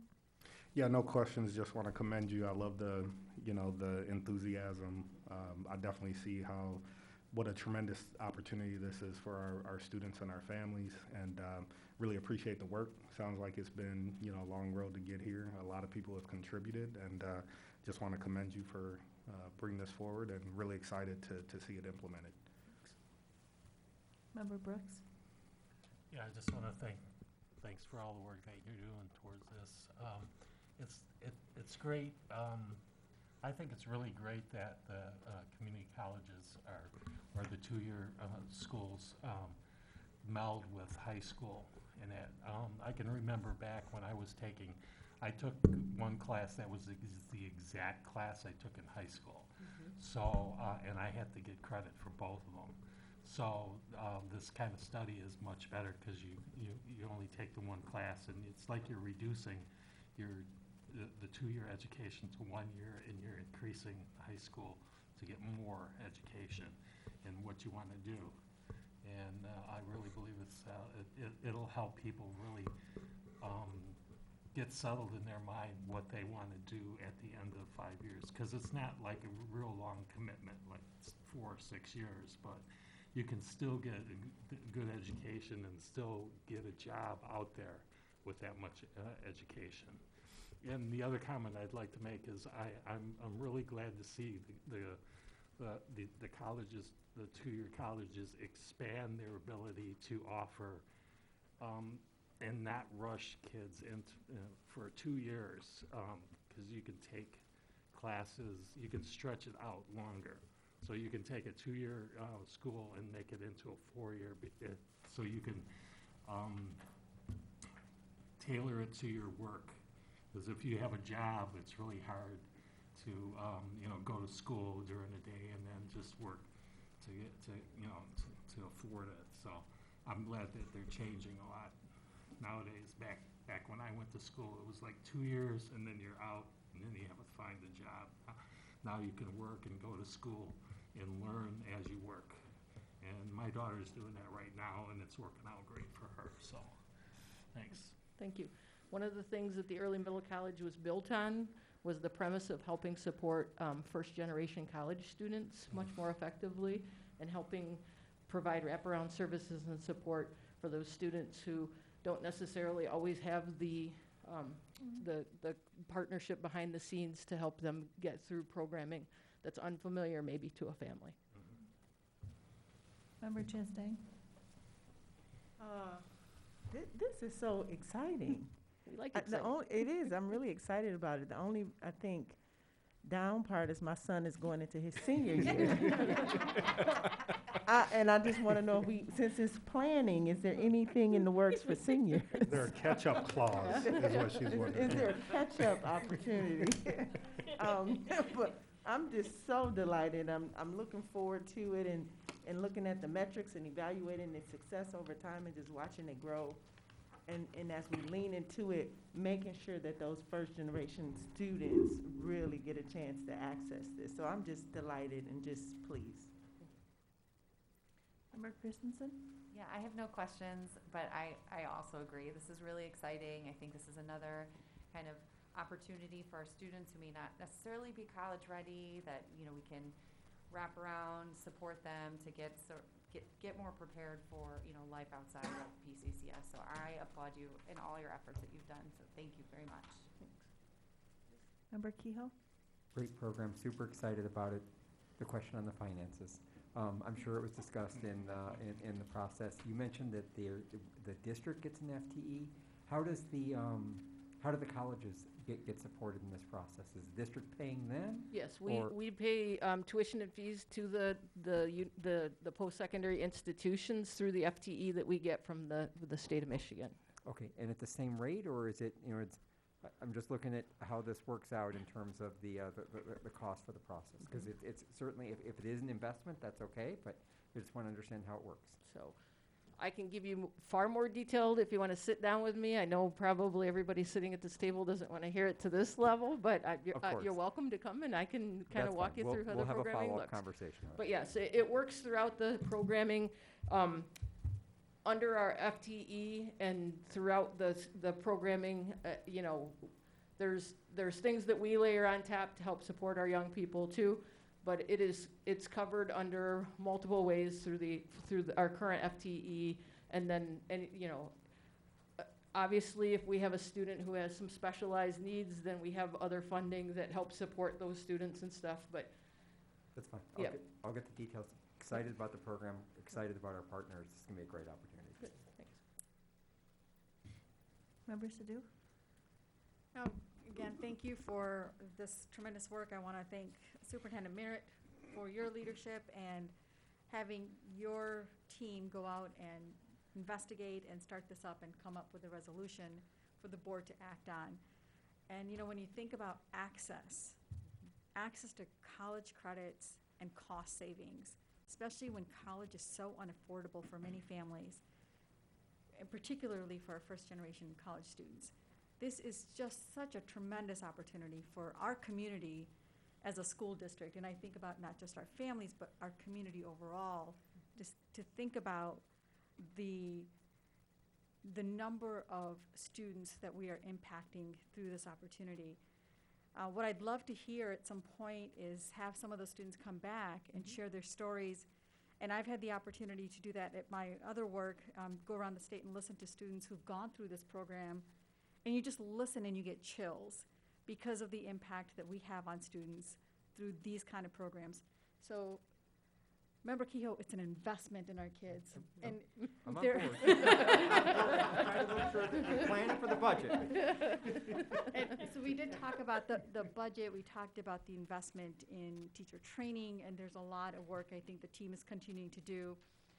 The other piece I'd like to get some sense of is the cost savings for students, and I think the people that presented from the community colleges may have a sense of this, to say, if you have 100 students that go through this program and get an associate's degree, what is that in terms of cost savings? Because I'd love to talk about that in our community, to say, we've saved our families X millions of dollars through this opportunity and program. Thank you. Thank you so much for this. If you're going to meet with Patrick, I'd also like be interested in the funding for this. Most of my questions are questions that are more not for this. It's, you know, how much enrollment can there be? Will you expand the program? But this is so very exciting, and I agree with Member Sadhu that I think one of the really big things is, number one, we are providing yet one more thing for our students to choose from to be successful. And also the huge savings, like 60 credits, that's a lot of money. And then students are ready to go, if they want to go on to a 4-year, usually there's also transfer scholarships that are available for students who are going into a 4-year. So that's something else to be taken into account. But thank you so much. This is a very exciting work. And Member Chastain has something. It just dawned on me, Beth. No problem. What's the capacity? I mean, because once we start Yep. talking about how amazing this Yep. is, right? Yep. What's the capacity? So as we build it, obviously, we generally start smaller, and then we get really strong at it, and then continue to grow. I can talk a little bit about what the support we've had from our collaborative partners and some of what you've seen. The sizes of early middle colleges vary across the state. Small programs where they have 10 students up to hundreds of students and stuff. So as we've started the process of our application to the state, you know, the first year we look at 50, 75, 100 kids, and then growing each year from there. But honestly, part of it is we'll kind of know more when we know more, right? We're not limited in our capacity, but we also want to make sure the right students have the support all the way around that they need, and ensuring that we're doing it not fast, but right. So we're not rushing into this. We're taking our time with our collaborative partners. We're learning. We've had some great experiences where we've sat with people who've been doing this work for 10, 15, and 20 years, and they're sharing all of their lessons learned with us to slow down our, you know, to kind of, I guess, speed up our learning curve, and also help us not make some of the same kind of errors that maybe others made in the journey, and really helping support us. I can say this has been a phenomenal partnership by the amount and level of support we've had from our post-secondary partners. Because post-secondary education, we understand it, but we don't understand it deeply. And so the more we learn, the better we can support all of our students, whether they enter an early middle college or not. So any student who is going to a trade school, or a certificate program, or an apprenticeship, or a post-secondary university, a 4-year college, or a community college, we can better support all of our students. So. All right, Thank you. Thank you so much. So then the next is the resolution is in was in the packet. It is a first read. It says the resolution is it was moved by member and seconded to approve a 5-year graduation plan that requires successful completion of a math or math-related course to be taken in the 5th year for P-CCS early middle college students. And so that will come back next time as a second read. So if anybody has any questions, we'll get them to Superintendent Merritt before the next meeting. And now we are up to finance and operations. Another exciting topic. Hi, I'm here this evening for the mid-year budget amendment process. This kicks off budget season. So in your packet this evening is a budget book that includes all the funds of the school district. We did that this year because there's a lot going on in other funds as well as the general fund. And so I want to thank Annette Jory and Devin Kling, who did a lion's share of the work to try and get us to this point. I'm going to go through a quick presentation to give you the highlights and make some comments along the way. As you know, this kicks off budget season for the year. So we go through our preliminary. The board adopted an original budget in June of 2021. And when you adopted that budget, you didn't know the two largest components of said budget, including the foundation allowance formula as prescribed by the state of Michigan, nor did you know the enrollment that you have in the fall. And those two numbers are integral in getting the budgets passed. But unfortunately, the Budget Act of the state of Michigan requires you to adopt a budget by June 30 of every year, regardless of whether or not those two numbers are known. So there's a lot of changes we're going to go through, but I can hopefully summarize those in a understandable format as we go through this this evening. So we're going to talk about the initial to mid-year and the reconciliation process we went through. We're going to talk about some general fund summary items, and then we're going to talk about the historical financial data that you should know as a board member, and it's interesting to see over the 10 to 12 years that we have this data. Okay, did I die? Okay, there you go. So the reconciliation process is as follows. In the original budget, we had $177 million of general fund revenues as compared to contrasted with the expenditures of about 184.3. I need to go to the eye doctor this Thursday. For a $7.3 million deficit. It was a use of funds. It was a planned use of funds. Again, the general fund revenue adjustments total over $6 million. The majority of that is the original foundation allowance formula that you adopted was $8,275 per full-time equivalent student. And what actually happened was a wonderful thing in that the state of Michigan then approved $8,700 as the minimum foundation allowance for Michigan public schools for this fiscal year. The state revenue estimating conference was last Friday. The original revenue estimating conference in May showed some improvements.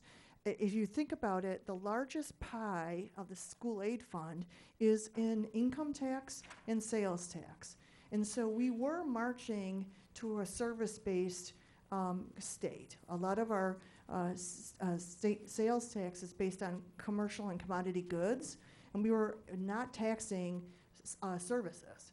But when we were all home during this time, we weren't going to restaurants, we weren't going to entertainment venues, we weren't going to sporting events. We were home buying goods, and those goods delivered to our homes all had sales tax and use tax. So those largest pieces of the pie that go into the school aid fund were a lot better off than originally anticipated by the state of Michigan. And therefore, the state has continued to see an increase above expectation of what the state school aid fund has at its disposal. The other thing the state saw was a large loss in enrollment statewide. And so last year, they came up with a super blend type formula to insulate Michigan public schools against the impact of that loss of enrollment. Well, they thought a lot of students stayed home and were schooled at home or went to other states where maybe they were in session and we weren't. But that loss of about 43,000 students statewide has not returned. And they're projecting that that loss is going to continue. So the people who either had their students stay home, but they're no longer in the Michigan Public School systems.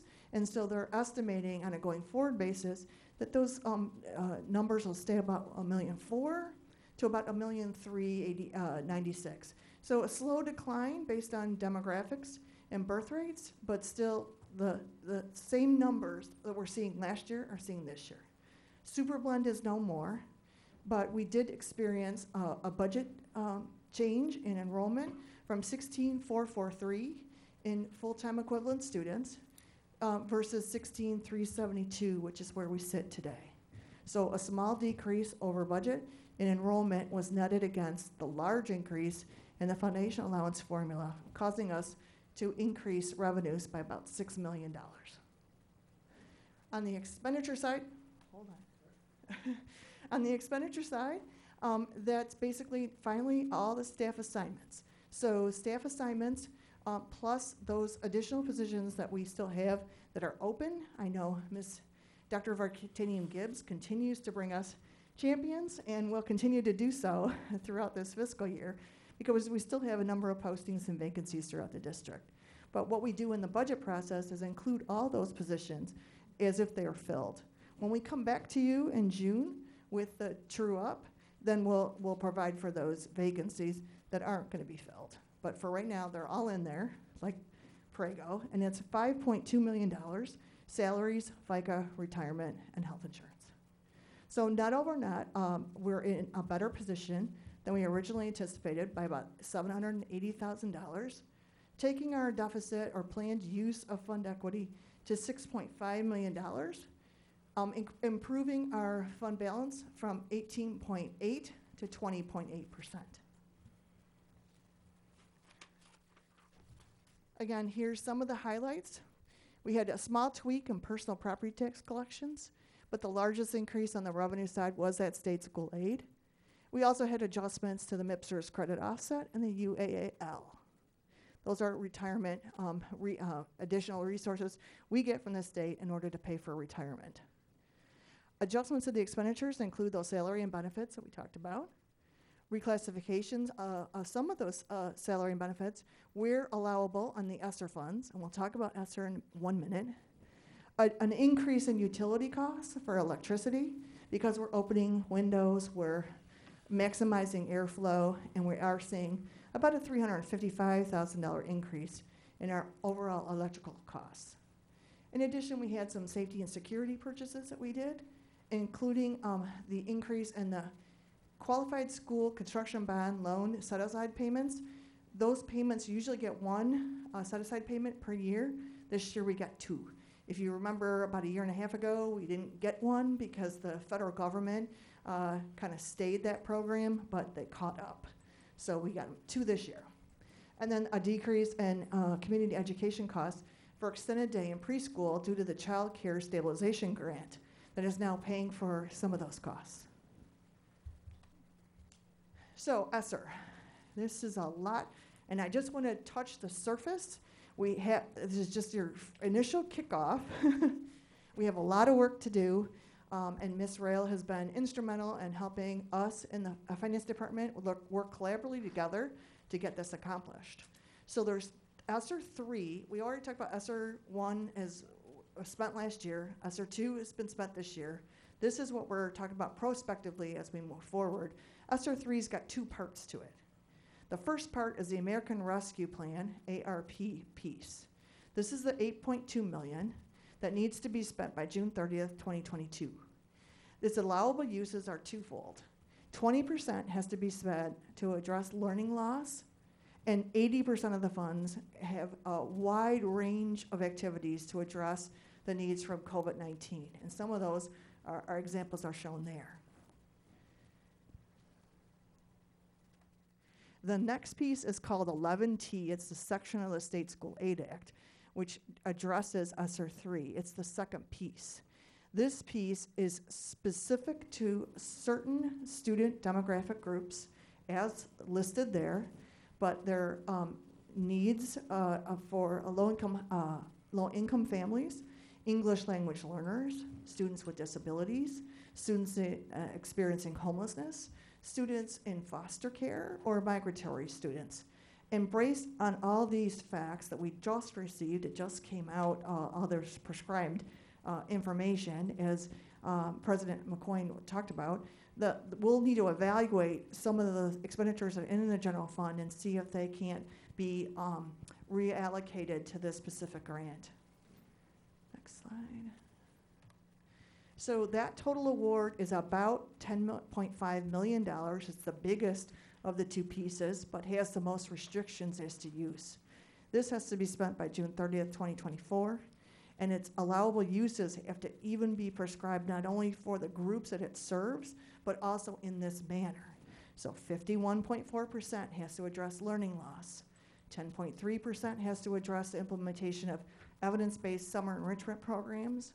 10.3 has to address evidence-based comprehensive after-school programs, and the remaining 28% needs to address learning loss through the implementation of those interventions. So it's very prescribed, very focused in these manners. So just wanted to show you a little highlights of what we're looking at. Now I want to move to historical data that I just think you should know as a school board and as a community. This shows our enrollment history on full-time equivalents. We get funded on full-time equivalents students, so it's how much of a 6-hour day that our students are with us. And this is from 2010 to 2022, so this is a 12-year look. We have had a journey. And I just wanted to show on this graph, thanks to Member Kehoe, our PISA super blend. So the 1920 had a 90-10 split, 90% in the fall count and 10% of the previous spring. That's how this gets calculated. And then last year we had the super blend count, and that super blend was smoothing out the reduction. So if we didn't have the super blend, we would be in the neighborhood of 16,649, but instead we got funded at 17,221. And like I said, right now, as I stand here today, because it changes every month, we're at 16,372. Here's the foundation allowance formula and that journey we've been on. As you know, the School Research Collaborative in 2018 had a report issued that said that the average cost to educate a student in the state of Michigan based on the current law was about $9,590 per full-time equivalent student. We're thankful and grateful for the $8,700 we have currently. But that was a large increase from the $81.11 we used to get about 2 years ago. And so, although we're grateful for the increase, and we've seen here a small increase year over year, it doesn't even take the cake from what it really does cost to educate a student, and what we would do with that additional resources could be huge. This is our fund equity data during that same period of time, and it's comparing and contrasted in a couple of ways.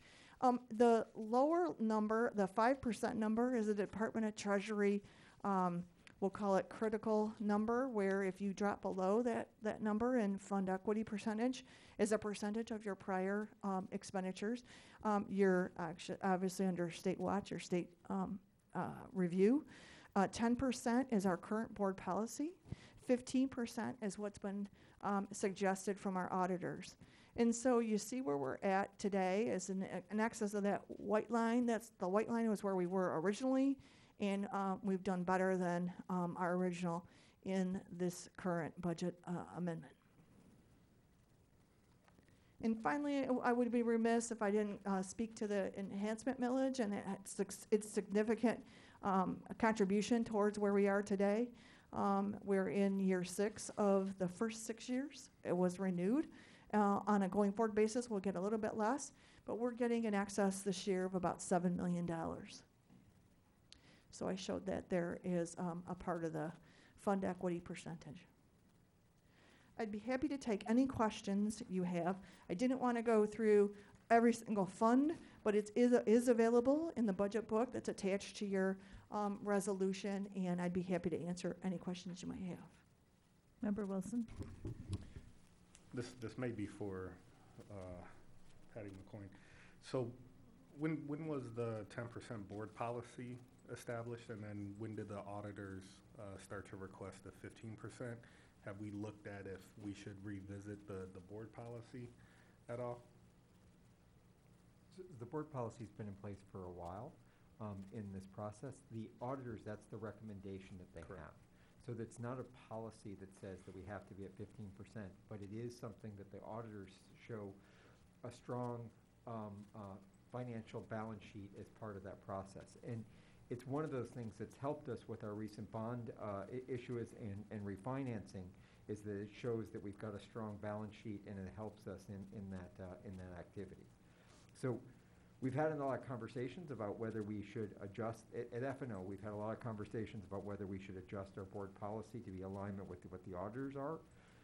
We've decided not to do that because there's so much uncertainty that happens.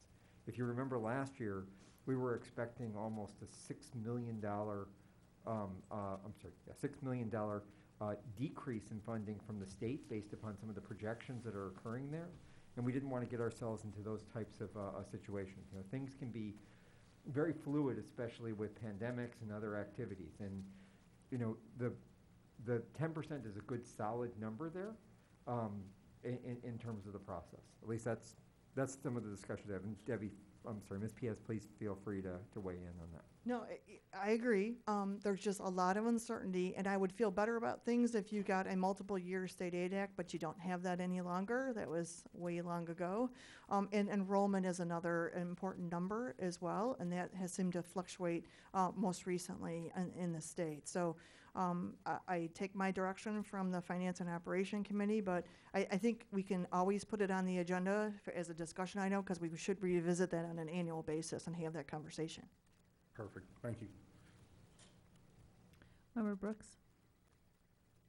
Back on the one page where we had the allowable uses for the ESSER 3, is there anything that you can say about what are some of the learning losses that we are supposed to spend, or we can spend 20% on? What the learning losses would be? Is it like testing or anything like that? Is that what that's for? I'll have Ms. Rails step in, and then I'll. Some of the allowable uses. So first, let's frame what does the state mean by learning loss? It means any effect on education and academics, or social emotional as well, from the pandemic. So that's first part. Second part is what types of programs are allowable under this. Are things like after-school programming, tutoring,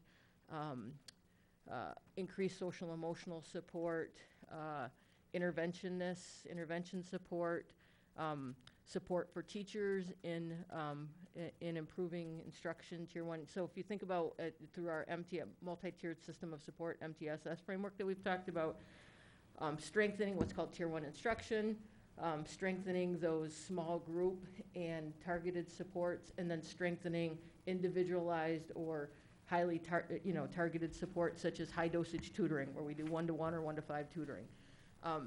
If you remember, and one of the parts that Ms. Piaz didn't necessarily speak to, but we've talked about at the board table as well as with other public forums, is we launched a survey to get input from our community stakeholders, as well as engaged in multiple discussions with various groups, such as the district learning design team, all of those things, to get input from our families and our students and our staff and our greater community about the best and like what use of these would folks like to see for students. And the things that rose to the top were tutoring, additional programming to help support interventions for struggling students. There were some things that came out of that survey around air quality and air purification. That couldn't fall in this section, but can fall in your 80% section. Also, additional supports are for social, emotional, mental health, and behavioral supports for our young people, because we saw a significant social, emotional impact from the pandemic. And then high quality resources in curriculum resources. So when you think about things like thank you, Board of Education, for kind of accelerating the purchase of our math curriculum. We remember a couple of years ago, just before we went into the pandemic, or as the pandemic was hitting, we asked for an acceleration of the early, so K-5 math, because our K-5 math program did not have any digital assets and digital resources. So all of those things help address learning loss in different ways. Of course, we do have some challenges with that. We'd love to run additional after-school programming, but to do so for our students with the greatest risks and who are most at risk, we need transportation, and transportation is a barrier right now. That's one of the things to think about as we think about the now moment of this and the next couple of years moment of this, how we build some of those robust structures in as well, so that we can run different programming extended. However, we also look at how we do those in a virtual environment. Over the summer, we did an extensive tutoring program with high-dosage tutoring. We did in-person and virtual tutoring and found good correlation to both to help support our students. So those are some examples of the use of these funds to help support our various groups who had more of an effect from the pandemic than others. So basically services. Yes. Yep, correct. Thank you. Thank you, Beth. Member Chastain? No, you all addressed it. Thank you. Member Christensen? No questions, thank you. Member Kehoe? So I just would like to discuss and point out for the other board members in the community is that we have seen a loss in student enrollment. Some of that is a function of just the decline that we see in enrollment, in the birth rates overall in the population, but we've also seen a decline in our district in that enrollment. So this is one of those areas that we've discussed as part of our dynamic plan to make sure that we do some of the innovative programs like we discussed today on the early middle college and those other activities that are really unique to what P-CCS can do to help bring some of those enrollment numbers back up. So, but thank Ms. Piaz and the entire team for this work. There's a lot of hard work, and the discussion that we had on ESSER is a really small part of the process. I mean, this was an hour portion of the presentation on Saturday, and it's merely scratching the surfaces. The one last thing I wanted to just clarify is that in the budget process, we are including the ESSER, I think it's the 11B in the budget process, but the 11T hasn't actually been awarded to it yet, correct? Correct. So some of the criteria that we discussed there, that $10.5 million, $10.6 million has not yet been awarded to the district. That's our expectation of what we're going to get, but has not been provided to the district yet. The state's working on their policies, procedures, and how they're going to account for that, and how we're supposed to report back, and more to come. Yeah, so it doesn't show in our current budget amendment process because it's not in our hands. Correct. Or committed. Yep. Member Sadoo? Yes, Member Kehoe, that's why I said it's an investment in these innovative programs. And one of the things that we did talk about in SPA is how these kind of programs could bring us more FTE and also to retain our students so we don't lose them to other school districts or nearby schools. And with that, I do have a question about another item that we have coming up. We have allocated 250 seats for our open enrollment. Has there been discussion about expanding that to make up for this gap? We have not actually had the conversation about expanding yet. When we look at our historical acceptance rate in schools of choice, we've kept it at 250. We have slowly climbed each year, but we have yet to reach our 250 mark. So continuing to advertise, and again, the same concept beyond how do we get that splash out there and remind people of these opportunities for P-CCS, not just for our own resident students, but will continue to attract students. If we get to a point where we're maximizing that 250, then we would look to expand. Our concept behind that initially was to look at open seats. So in schools of choice, not adding additional teachers, but using that numbers with our current staffing levels. If we ever looked at a situation where we had say we're 500 people that are interested, then that conversation would be, is that worth the investment in additional teachers to bring the FTE in? But right now, we're pretty confident. Mr. Brandon, not to put you on the spot, but what is our current year? Do we have that, like the number this year of the 250, how many schools of choice students are For attending? 21, 22? Yes. Yeah, we do have that number. Let's look it up real quick. Okay, so we haven't met that 250, but Okay. always watching and would definitely bring that forward if that's something that we need to consider in the future. And if the number was higher than 250, we have a process in place. It goes to a lottery. But if we could also revisit that and adjust the policy to increase the cap if we saw that much demand. Yeah. We usually will accept 250, so we get that number, we have a waiting list, a lottery, and then once you offer the seats, remember that people get to choose the district, but they don't get to choose their school. So you could have a person who lives in Van Buren, for example, and the open seat in first grade is at Farron, and that's just too far of a commute, so they turn that down. So then we go to the next person in the lottery. And by the time, I think this year we ended up, all of the people that applied were offered a position, but it just netted out, it was still less than 250. It was, yeah. We can put that in board notes. I know that Okay. for 2021, for example, you had 226. Yeah, That that's the was question, that's the answer I'm looking for. That was 2021. 20, okay, Yeah. gotcha, Yeah. 2021. Gotcha. And the year before that was 151, 136, 135. So that's generally been our number. We're growing, so that's good. Yeah, we're Yeah. growing, Yeah. right. We are, right. for sure. Yep. All right, so my next question is for Member Kehoe, in terms of F&O meetings and the conversation around how to best utilize these funds and the investments. Are those conversations happening, or are They- you planning on? In fact, they are, and this dynamic plan is the foundational aspect of that. So when we talk later this evening, getting that dynamic plan assigned, having the conversations that we're going to have in February around our disaggregated achievement data will be the foundational activities that we're doing and how we can fund these, or how we can use this fund balance and the ESSER funds that we have to make sure that we're making the biggest difference for our students in the district. And that will also, we will certainly look for opportunities that we can make those impacts in this school year, but more likely these things will impact our future budget process. And as we mentioned for F&O, we're starting the budget process in 2 weeks. So on that February 8th meeting, we're looking at disaggregated data, also looking at our application. So we have to, by process, talk about our progress on our goals this year in February. And we'll also just take a look at the supports and looking at the ESSER 3 survey, the information we've talked about at F&O, where our community really said we need these supports, and what initially went into that application. We'll give a breakdown of those supports, just as Trustee Kehoe shared. And there is an opportunity for amendment if needed, or? Yeah, so as we continue to get guidance and the ESSER funds document that was released in what's called MEGS Plus, which is our Michigan e-grant system, came a little bit before the next level of guidance documents. So right now, just the way the process is, because it's so quick, that we'll always have opportunity to amend, but we have a few more opportunities than even generally happens with a grant funding when you think about state and federal grants. So I wouldn't say it's a fully fluid process, but it's a lot more fluid than many processes.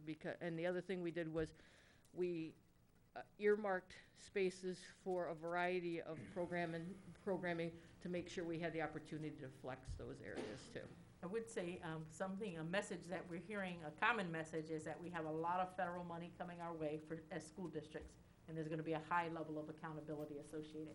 So just really a surge of funding because of the issues of the pandemic and the unfinished learning, but also an evaluation of how are you using those funds? Are you using them appropriately according to these parameters, and what's the impact of those funds? So it's very important for us to not just invest in people, but really have a plan for how we're going to kind of really that study and we implement and evaluate and then readjust along the way to just ensure kind of I'll say a couple of years of really piloting what are these target supports, really identifying the root cause of some of our gaps, and then putting the supports in place to reduce and eventually eliminate. Great. I'm so glad to hear you say that you're going to be evaluating the impact of these investments, because when I see the listing of the evidence-based programs, we have to know which programs worked, which didn't, which need to be tweaked, which need to be dropped. And so is that something that you are doing sort of on a biannual basis or program by program, or?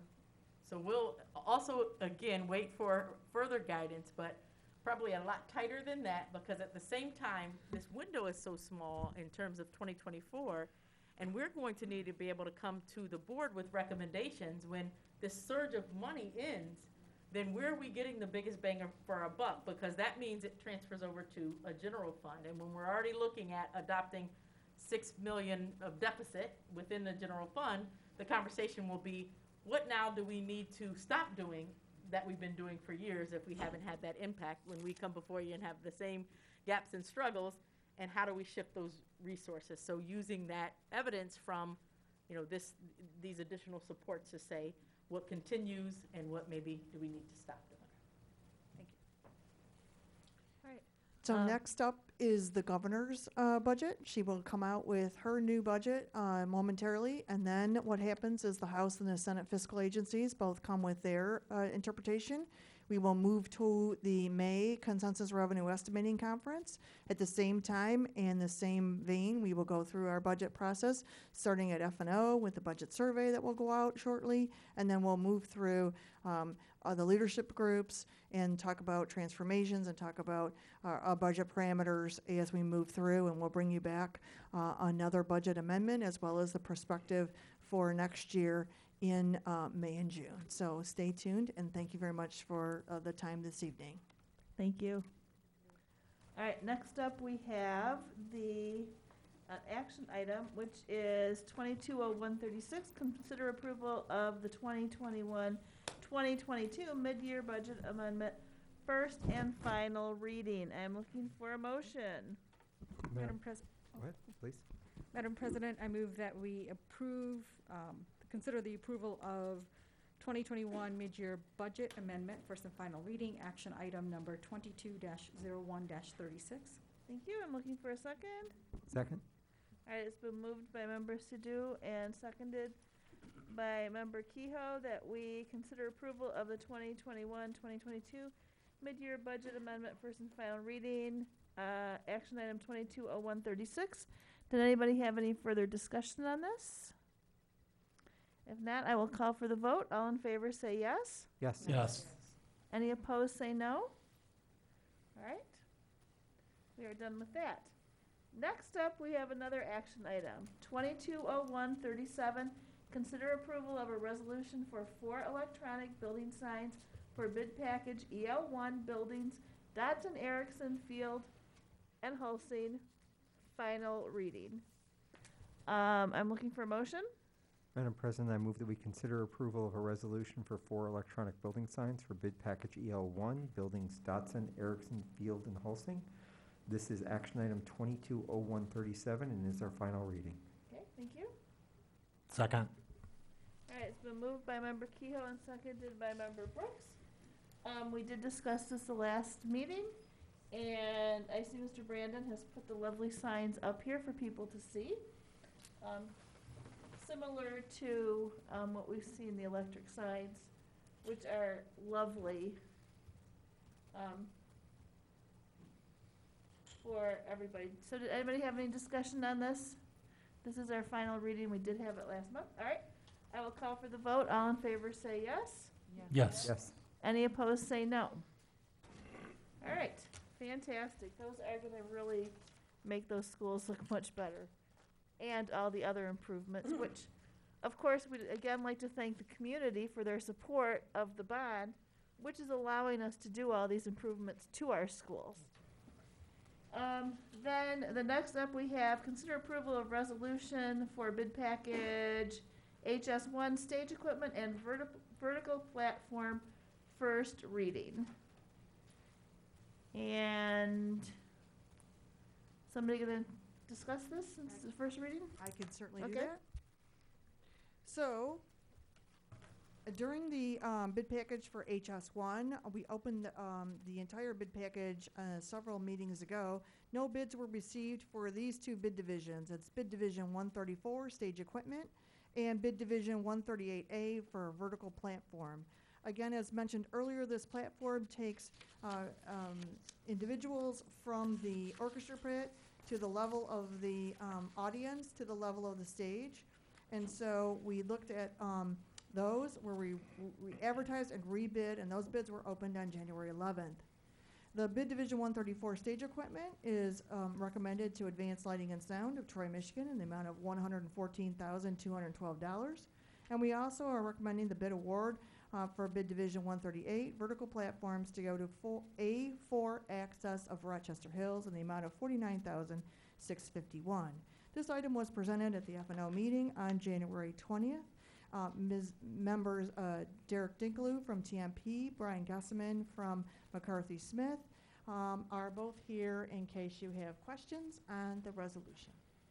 All right, does anybody have any questions? We've discussed this extensively at F&O. It was the lift in particular was a suggestion by Mr.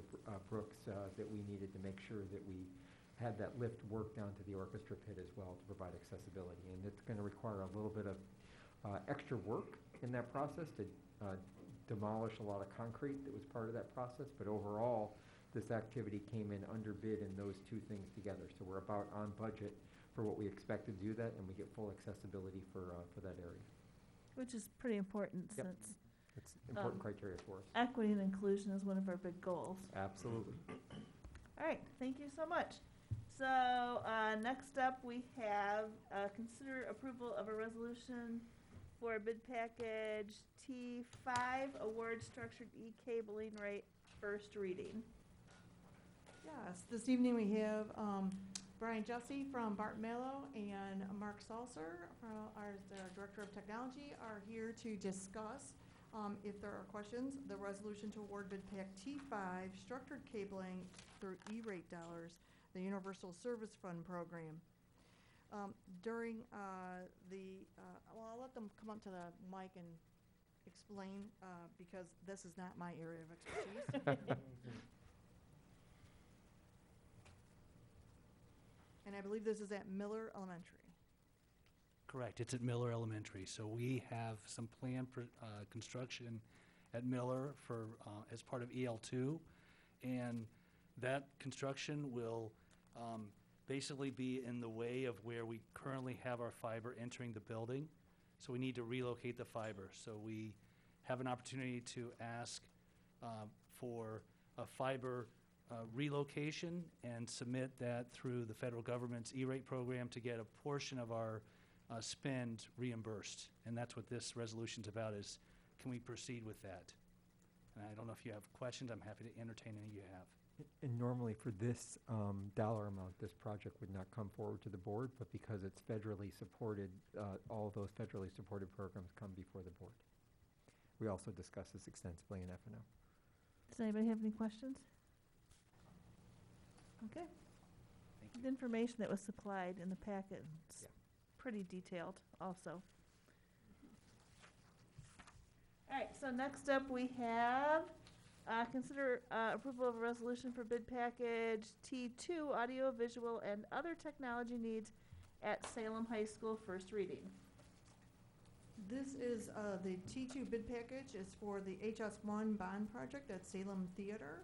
The two gentlemen are here to talk about it, and this bid would then award the technology sections of the theater bid. Gentlemen? Yeah, sure. So we brought this to F&O previously before as well. So basically we're awarding contracts to two contractors for the audiovisual portion of the Salem High School auditorium, and then the second contractor we're looking to award is for the security portion of work related to that addition, the scene shop addition off of the back of there. So adding access control and video surveillance to the existing system at that building. Backing up to the AV portion that I mentioned before, basically the scope of that work is to replace the auditorium projector, and we had an alternate in there to replace the screen and actually add an additional projector, so having 2 projectors and 2 screens, which gives the opportunity for better visuals for the presentations in that space, and also still being able to utilize the actual stage space for something in addition to the presentation materials. The other thing that is involved in that portion of the project is multiple input locations, and then an ability to control the projection screens and projectors from the stage without having to go to the control booth to do that, which just makes it easier for people to use that at an event that doesn't require, like theatrical sound or rigging for light work and all that kind of thing. So for day-to-day presentation materials, you could use the projectors and screens without having to have someone up at that location. So I think it's a drastic improvement from what's currently there. The other 2 pieces that are on here are just some small quotes to do to expand the clocks and the paging system to that new addition as well. So typically, if clocks in the corridors and in the rooms and spaces that are added onto the building, paging speakers as well through that corridor for safety and security. So I can take any questions. Does anybody have any questions? Just a clarification on this is if you look at the packets, this was originally done for both Salem and Plymouth. That was part of the project that we were doing at both of those buildings, but because we're having some delays in the construction project at Plymouth, we've separated these activities and we're just bidding out the Salem portion of it, or awarding the Salem portion of that bid. Thank you for that clarification. Great. Thank you. Next up, we are down to 4, which is student services with Mr. Tiskowitz. Up first, we have action item 220138. Consider approval of a resolution for the enrollment of non-resident applicants for the 2022-2023 school year pursuant to Schools of Choice, sections 105 and 105C, final reading. I am looking for a motion. Madam President, I move that we consider approval of a resolution for the enrollment of non-resident applicants for the 2022-2023 school year pursuant to School of Choice, Section 105 and 105C. This is a final reading, and the action item is 220138. Thank you. I'm looking for a second. Second. All right, it's been moved by Member Kehoe and seconded by Member Chastain that we consider approval of a resolution for the enrollment of non-resident applications for the 2022-2023 school year pursuant to Schools of Choice, sections 105 and 105C. Does anybody have any questions? We did, this came as a first reading last month. Earlier this month. Pardon me? Oh, yes, last meeting, I'm sorry. Yes, it was still this month. And we also kind of discussed it during this meeting also.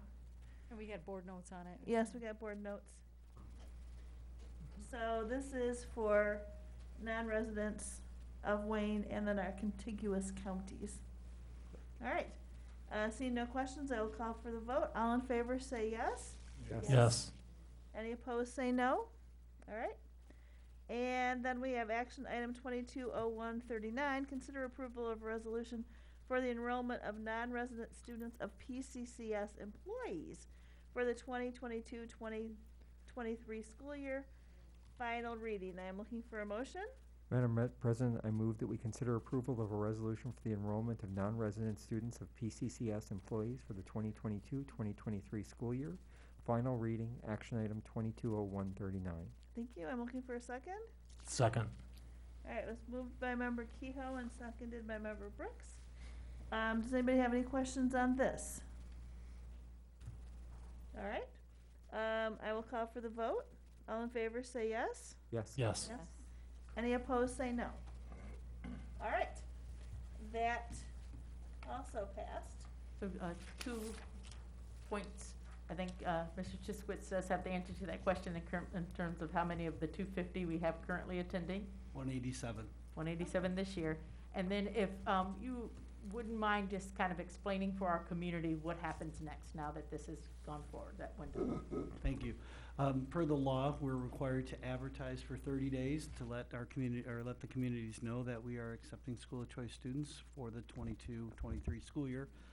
We have an advertising window of 30 days, and then we have an enrollment period for 30 days after that. And then we'll have 10 days to notify them whether or not they were accepted.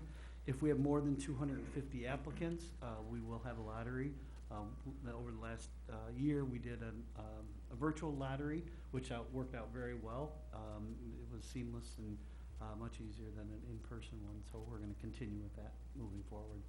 Very good. So people can check the website for the latest information? That's correct. It's posted right now. Just posted it.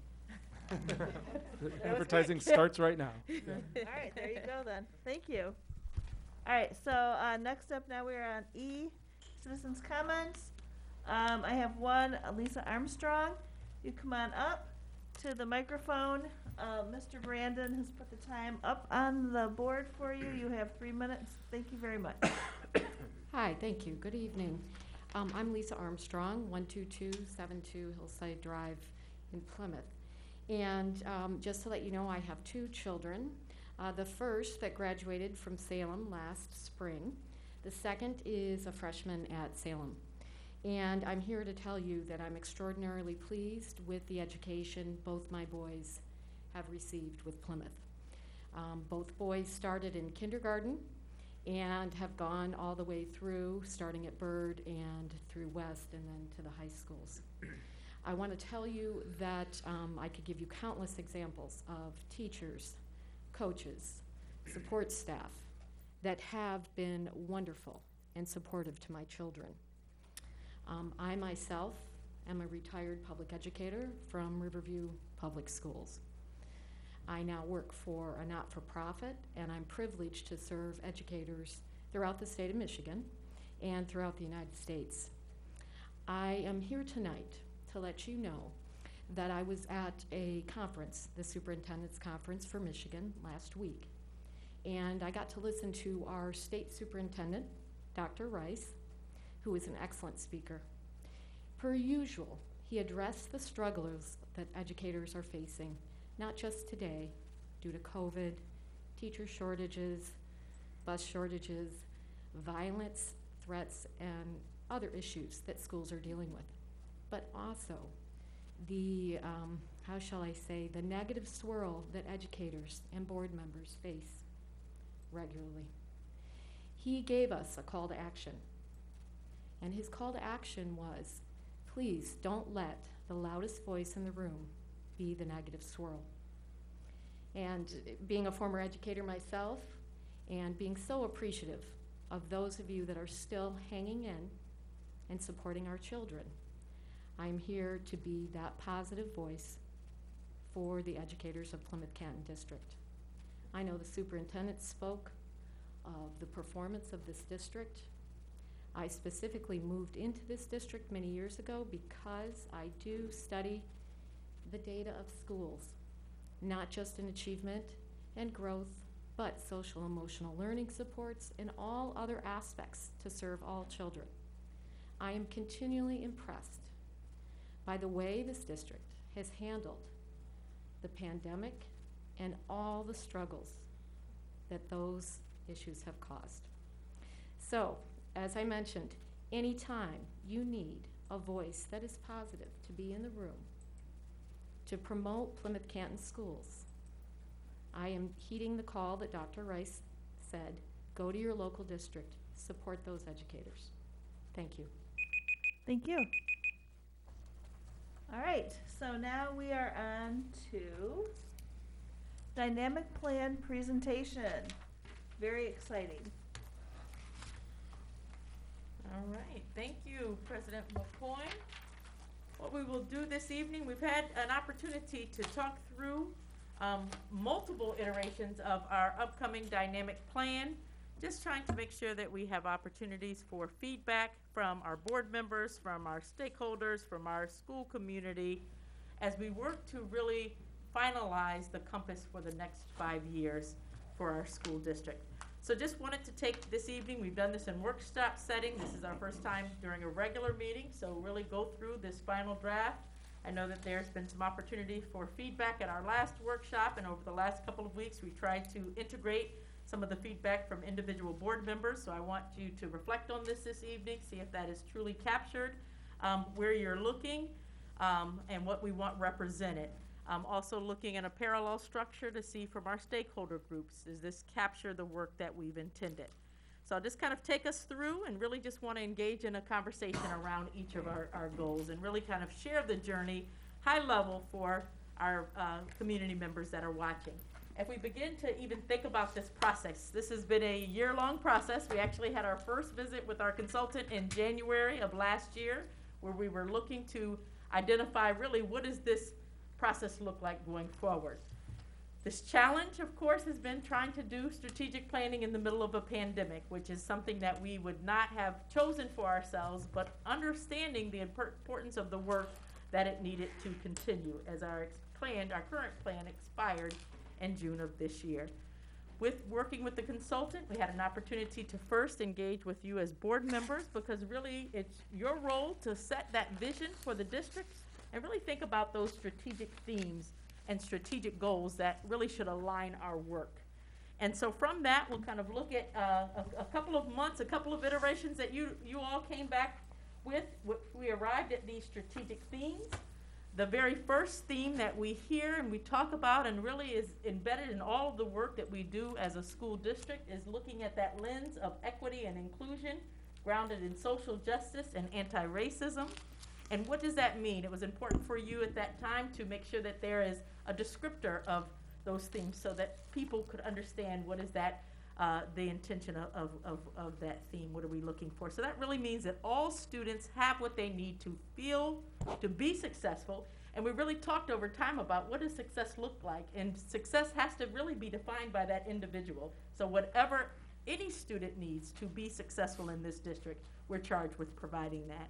And that's in a space where they feel safe, they feel respected, feel valued, and represented.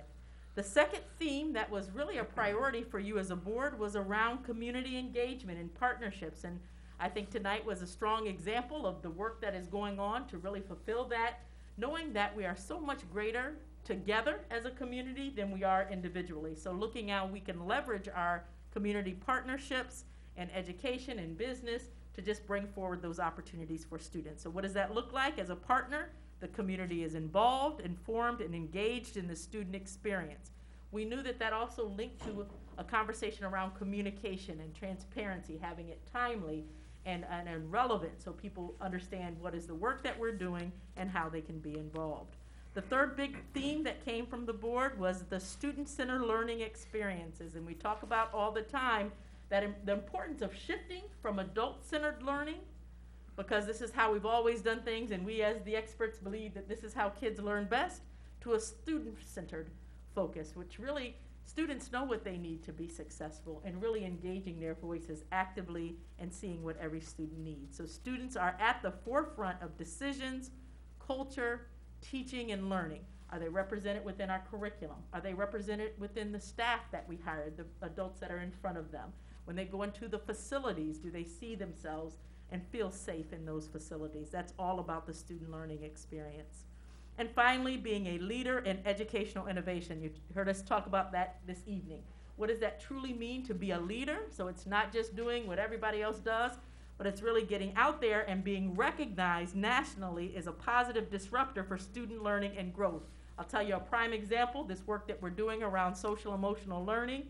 This is our extended hour that we have at the high school when we really focused on working with our teachers and our students to say what did they need coming out and still navigating this pandemic. It was a true restructure of their schedule to give them 2 hours or 2 periods within the week to really work on some of those social emotional supports. We had our visit from the Secretary of Education, Secretary Cardona. He spoke about, now all of these places that he visited on his road trip, he called out Plymouth Canton Schools for that work that we're doing for students. Not once, but I was on another webinar about 2 weeks ago, and he is talking really again about the pandemics and the importance of social emotional learning, and yet again talked about his visit to the school in Canton that's doing this great work. That is what it means to really be a leader, when we're doing something that people are knocking on our doors to say, tell me how you did it. And that is really a theme that you really help to set that vision for us as we do this work moving forward. So looking then at those themes, we pared down to the next some goals and what goals really want to guide our work. So that is really the what are we doing and how are we going to get there. That big goal, of course, everything that we do has to be grounded in achievement. So P-CCS will increase achievement for all students and close achievement gaps. That is the #1 primary goal. And from that, everything else flows.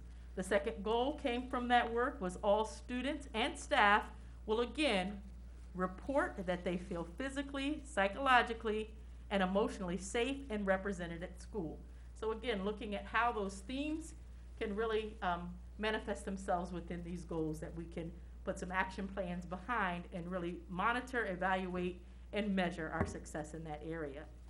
P-CCS will increase, enhance, and sustain community partnerships to improve student outcomes, student and family engagement, student enrollment and opportunities, and you've heard even that in some of the narratives this evening when we look at our loss of students, not just here in P-CCS, but across the state, as people have choice and they're exercising choices.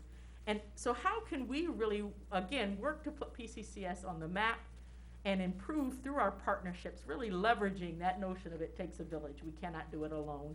And how do we really engage our community partners, such as our early middle college that we're so excited about right now, to provide these opportunities for students? How can we intentionally interject student voice and choice and agency within our decisions so again, we really impact these opportunities and have that connection to increasing our student enrollment. We talk often about over 2,000 of our resident students who are choosing to educate outside of P-CCS. So how do we regain that market share? And that's really a strong goal for the next few years. Finally, again, talking about student voice and input throughout the educational experience. So you as a board really had that conversation on the Saturday workshop. I remember Member Christensen talking about it's not just having them show up for certain events, but throughout their entire educational experience. We want to have opportunities to intentionally seek out that voice and representation of our students. And finally, P-CCS will be recognized as a leader and an innovator for student learning and growth. And this is something that we've been talking about for a while. That's probably one of the most challenging goals to say, how do you really achieve and articulate that? And that's kind of, I'm going to call that, Trustee Wilson, your baby, to really have us stretching our thinking and failing forward and really taking risk and giving our teachers the support that they need to get out there and grow and stretch our students. And really, what is that goal that we're achieving? How do we want to be defined as a district when we're looking forward in multiple years? And really aligning our resources and our plans around that. And so being that goal of being a leader. And as I just said, just indicated by the highest level or seat in education in our nation is out there talking about P-CCS. That's the beginning of this great work. So from there, that board work of strategic themes and goals really moved forward and worked within our steering committee to come up with these objectives. And that's been the back and forth process, the painstaking process, which I really believe has ended in a very nice result that has captured those objectives for how we really will align or how we do this work. So I want to now turn to department leaders right now to walk us through these strategic objectives as represented in each of these goals. We'll start first with the goal of student achievement. And Ms. Rail, can you take us through these strategic objectives for teaching and learning? The student achievement is, once again, P-CCS will increase for all students and close achievement gaps. Now, we'll kind of popcorn this because what we've done in terms of this structure is looked at each goal and then talked in a strategic manner how each of our departments have to work in tandem to support or achieve this goal. And so we have 3 strategic objectives for teaching and learning under the goal A around student achievement. And I'm not going to read them, but I'm going to unpack for you what they mean. So the first one, I will read portions of this one because I think language is important, and I want to be, I want to share that we are very intentional in our language around this, which is about increasing achievement to proficiency or higher, and not just closing, but eliminating achievement gaps for all of our demographic groups. So as we think about our work in teaching and learning, thinking about how we stretch and grow every young person, from our students who have the greatest challenges unlocking content, through our students who are gifted and talented and need that extra push to continue their growth beyond where they're currently at, so they're not resting on their laurels as well. So when we think about proficiency or higher, proficiency being the floor, the very minimum we would expect is that our students are proficient, but we continue to grow them beyond that because proficiency is not enough. And then eliminating and shattering those achievement gaps. When we look at objective number 2, we're looking at the embedding of the P-CCS learner profile, which we'll talk about a little bit more as we get down into the innovation goal. But embedding the skills, dispositions, and knowledge from the P-CCS learner profile into helping our students be college, career, and life ready. An example of that is grit and perseverance. So when we think about and we read a lot of research around success, yes, achievement is one aspect of success, but grit and perseverance, the ability to try again when you fail, to keep at it until you're successful, is critically important for our young people. So as we look at those skills and dispositions, how do we help roll those into, help and enhance those skills in our young people so that they're college, career, and life ready? And also targeting their academic, social, emotional, and behavioral supports and needs in this area. And then the third strategic objective is around our pre-K-12 vertically aligned, standards-based, culturally responsive curriculum. Why is this important? What we teach matters. How we teach it matters. Those are the things that help eliminate achievement gaps. Those are the things that help support and improve our students' success. We have to ensure that we're teaching what is taught, or we're assessing what is taught, that we know why we're teaching it. What are the standards that are required by the state? How does our curriculum align to that? How do the resources that we put in our students' hands represent them as we go back to represented, safe, and feel like they're a part of the school? So I'm going to pass it over next to Dr. Vartanian-Gibbs, who's going to talk about our human resources areas. Thank you, Ms. Rail. Under Human Resources and Student Services, really our first strategic objective is focusing on the recruitment and the hiring and the retaining of our staff. And what we are going to do under this objective is review our hiring practices. We are going to implement new strategies for recruiting and hiring. We would like to update our whole entire application system and the online version. And we really are looking to continue to hire champions who have a growth mindset and really want to develop, and they're very open-minded. That is one piece of it. And for our other human resources objective number 2, it really is all around professional development and how professional development can increase student achievement. So our focus here is to build the capacity of all staff. Of course, we are looking at job-focused professional development, supporting the efforts of the teaching and learning department. And we also want to make sure that our professional development is aligned with culturally responsive practices and restorative practices. And at this time, I'd like to move it to Ms. Piaz. Thank you. As we discussed earlier this evening, we're going to take those financial resources that we got either through general fund or through other sources like state and federal sources, and align those resources to the areas of greatest need. So those will be identified through the achievement data that we'll go through in a meeting or two. So for example, it's all that work we're going to do with the ESSER 3 funds and what we talked about earlier this evening. And so that kind of encompasses both those objectives. Next, Mr. Brandon. Thank you, Ms. Piaz. The communications and market team is so excited to directly support student achievement. Like all departments in our district, that's one of the things that we aim to do. We focus so much on what we do externally in communications and community engagement, but we serve just like everybody else to directly support and do whatever we can to enhance student achievement. 2 strategic objectives for that perfect night to talk about growing the scope and scale of our partnerships with local colleges, universities, and career preparedness partners to extend opportunities both on and off campus. What's unique about this strategic objective, and a really important thing for our team, is to focus on pre-K through post-secondary. So many of our opportunities and partnerships right now do focus on our high school campus, specifically Plymouth-Canton Educational Park. We really want to provide an equitable opportunity for all levels within our district, starting with our youngest learners going all the way into our most experienced learners in our post-secondary program. There's so many opportunities that we can connect those levels, all of our levels, with educational institutions and career preparedness, and we look forward to that. And secondly is celebration. Our superintendent started off her report by showing us how to celebrate.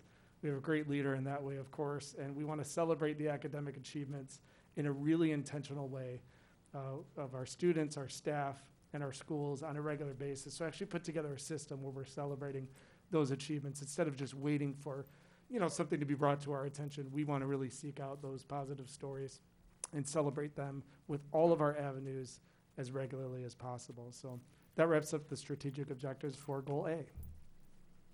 All right, so move into strategic goal B. Again, all PCCS students and staff will report they feel physically, psychologically, and emotionally safe and represented at school.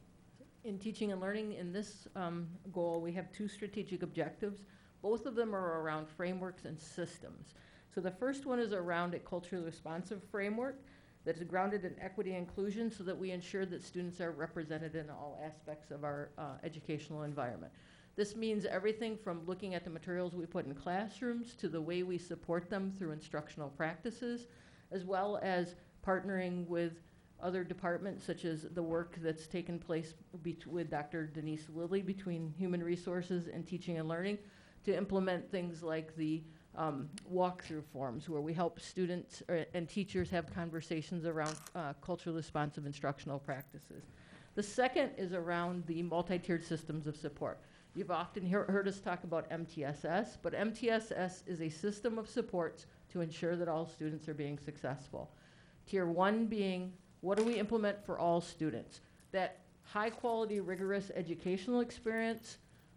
Also, what do we do Tier 1 for all students? We look at social and emotional. We implemented a social and emotional learning program during the pandemic that has had great success, and we continue that programming now and into the future. Academic supports, behavioral supports, social and emotional supports. Then when we move to Tier 2, you look at things like, okay, so most students are being successful in Tier 1, but some students need a little bit more. So when we move into Tier 2, we're looking at smaller group work, smaller group focus areas. And then when you move to Tier 3, we look at those students who need some really intensive supports to help them be successful, whether that be from an academic lens or a social emotional lens or a behavioral lens. How do we help support them to understand how to engage better for their own future success? And with that, I'll turn it over to Dr. DeBartanian-Gibbs. Okay, thank you, Ms. Rail. So under this goal, Human Resources and Student Services has strategic objective 3, and it's really about the overall wellness of our staff. And we are going to be looking at the needs of our staff by gathering their input, and we are going to create a program that will provide opportunities and services for our staff on health education, mental health, lifestyle skills, and wellness. Also for strategic objective 4, we are looking at the continuous dialogue and communication with union leaderships, building visits, town hall meetings, and affinity groups. Ms. P.S. Thank you. We'll utilize the 2020 bond program to create those environments that are well built, maintained, and support both students and staff. Some of the ways we do that is the inclusivity of our playgrounds, the types of furnishings we're selecting for our buildings, as well as refreshed cafeteria spaces. And finally, we'll align our financial resources also to the social emotional needs of our staff and students, as well as the physical. Thank you, Ms. P.S. So the communications and marketing team looks forward to increasing the variety of resources that we have available to the community, make sure that information is relevant, connectable, and create diverse learning opportunities for our community. There's two kind of main action plans that might feed this. First and foremost, we're really excited to bring the mental health fair that's going to come this spring to our community. And the fair itself is one day, but the relationships that we will be able to build with new organizations, places that are not just our old reliables that we've worked with for years in this work, but new places around the state that we can build connections with and invite them to our house every single year to put on this event for our community on an annual basis. We look forward to those relationships just as much as we look forward to that day, which is going to be a wonderful event and a wonderful resource for our community. We also really want to utilize all of our medium in this area. One underutilized aspect of our district in this area is 881 The Park. We don't want to just rely on posting things on websites and social media and just using text, because there's only so much you can do in the areas of social emotional health with a posting. What 881 gives us a chance to do is really focus on conversations, bringing in different voices, different perspectives, and bringing it up more to life with voices than just something that you can post. And so one of our main goals is to utilize our amazing student-run radio station to bring this content to life in a way that's different than what we're able to do on our other outlets. So we obviously look really forward to this work and being responsive to our community, and most importantly, our students in these vital areas. So I want to pause right here, just get a little bit of direction, because it might feel like information overload. In our workshop, we went through each goal, and then we talked about each of these objectives. This evening, we were just going to go through all of them. Does it feel like we need to pause and discuss, or keep it moving? I think we're good. Good? It works good to me. And Yeah. it's, you know, we've discussed this multiple times, and the process is working very good. I think last meeting, it was good for have us pause and discuss them in more depth. Yeah. And what I'm really excited about, and I was going to talk about at the end, is that to see the incorporation of the feedback that we provided in that process, and that they show up here, and how well it's articulated. So that's my comment for the end, but the process is working well. Great midpoint comment. We'll keep it moving. All right, looking at C. Once again, P-CCS will increase, enhance, and sustain community partnerships to improve student outcomes, student and family engagement, student enrollment, and opportunities. So in the area of teaching and learning, our strategic objective in this area is to really increase and sustain partnerships that help support our students, but also help them make the connection to the world beyond P-CCS, so the world at large. What they're learning here, how does it transfer over into beyond the four walls of a classroom? You saw an example of that, a very timely example of that tonight with the early middle college, but all levels from pre-K through post-secondary in our district. How do we better support and sustain and engage in partnerships around this work? Liz? Okay, thank you. So in this work right now for Human Resources and Student Services, we are really looking at increasing and enhancing our communication channels. We're going to be launching an HR newsletter. We will further develop our university partnerships. We are going to be developing consistent student attendance procedures and data tracking in MyStar. And we also want to streamline the enrollment process for our families so it's more efficient and more accessible for our families. Ms. Piaz. Thank you. So in this area, Finance and Operations Department has three strategic objectives. One is really the strength of our contractors and our partnerships with our contracted services for transportation and custodial and other areas. It's been a challenging year, but with strong partnerships, we are able to use our key performance indicators and hold the contractors accountable even in these challenging times. In addition, we're going to look at broadening the reach to a greater number of diverse vendors for our purchasing process, like the minority business program that we had about a month ago. In addition to expanding and grow your own kind of programs with our skilled staff in partnership with the Human Resources Department to really enhance the ability for individuals to progress up through licensed trades. Mr. Brandon? Similar to finance and operations, we have three strategic objectives, which is fitting because this goal obviously connects so strongly to the work of our department and our team. First and foremost, we really want to deepen our partnerships with local community groups and service clubs and organizations, really transferring it from just presence to action. There's so many untapped resources throughout these organizations, and we love having presence there, but there's so much time and talent and support that would love to be more present in our schools and have more of a direct impact on students and on learning. And we look forward to taking these positive relationships and turning them into more actionables that we can see really support the connection with our community and our schools. Secondly, promote interest and engagement through a really comprehensive communications and marketing plan. I want to thank Treasurer Kehoe for already tonight just tying this into enrollment and retaining enrollment, maximizing enrollment, and really maximizing our brand identity and finding all sorts of different ways to do that, but all guided by a comprehensive and focused communications and marketing plan that we can rely on to guide the work. And the third for us in terms of the strategic objectives is to, it's similar to what we said in the first one, but increase the frequency of connections with our municipal, state government leaders and agencies. And again, try and make those deeper connections between those leaders who we have good relationships with, and try and offer more direct support for our schools. Create more of a relationship that involves action and not just the occasional touch base or things like that. And we feel confident that we'll be able to do that, and we feel very, very confident that these relationships and deepening these relationships will have a deeper impact on learning and on our schools. As we try to shift again from an adult-focused environment to a student-centered environment, Goal D, P-CCS will incorporate student voice and input throughout the educational experience. Through the teaching and learning lens, there's two sides to the same coin for the two strategic objectives that we have. The first one is about soliciting feedback and providing opportunities for student representation on district and school level committees so that we get student feedback and then we help empower them as leaders in their educational experience.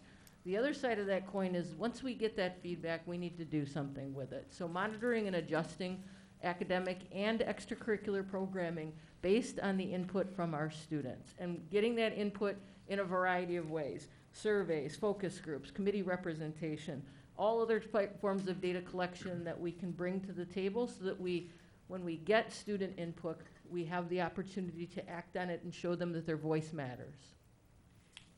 Okay, thank you, Ms. Rail. So under Human Resources and Student Services, we are looking at incorporating the student voice as we hire new staff. And we already have some students on our hiring committee, but we want to broaden that, and we want to ask students, what attributes are you looking for example, in a principal and a teacher, and take the information that they give us and make sure that we are also looking for some of the things they are looking for when we hire our staff members.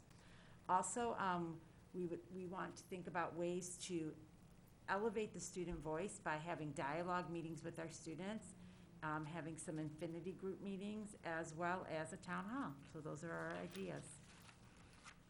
In the finance and operations area, it's really going back to making intentionality about student voice in the planning for the investments in their own learning environments and actively seeking and incorporating that student feedback. So if you remember correctly, Aiden Morgan and Dalton Barthel were here and talked about the Salem Theater. And so we had swimmers included in the Plymouth Natatorium designs, et cetera.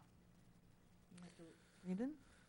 Our department, our team really wants to contribute to this idea, this incredibly important idea, by making sure that we're creating instruments that are student-centered, deliverable feedback processes for all levels and all programs. That's extremely important. You know, we rely heavily on our K-12 Insight Survey to get the 6th grade through post-secondary voice. We get that every year. What we don't have in place right now is a regular process and instrument to gather the voice of our youngest learners, which is a whole different process, but one that we really need. And we look really forward to that, making sure we start with our youngest learners all the way to our most experienced learners and put together processes and instruments that gather that feedback but are also deliverable. Like Ms. Rail nailed it earlier, we need to do something with it. And in order to do that, we need to make sure that our collection process is a deliverable process as well. We want to maximize student participation and engagement, of course, and we really want to focus. The key to this one for us is all levels, all programs, not just 6th grade through post-secondary. All right, and the final goal, if we are achieving all of this, it is our intent to be recognized as a leader and innovator for student learning and growth. And what do those objectives look like?